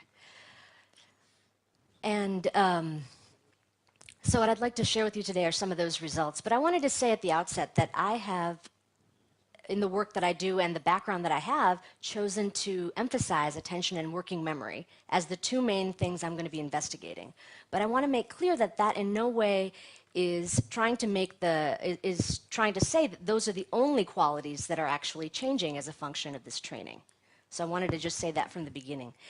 And as I've been going about trying to determine how to investigate these functions and how meditation or mindfulness training might change them, I wanted to make clear what my intentions are in doing this.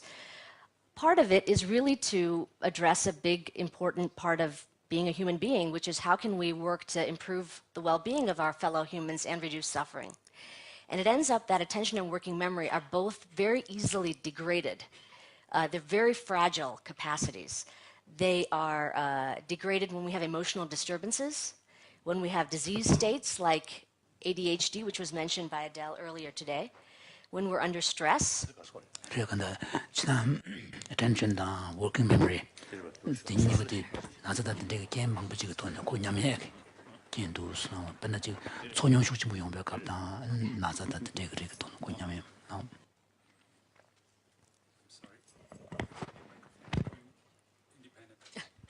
And the other way in which it's degraded is something all of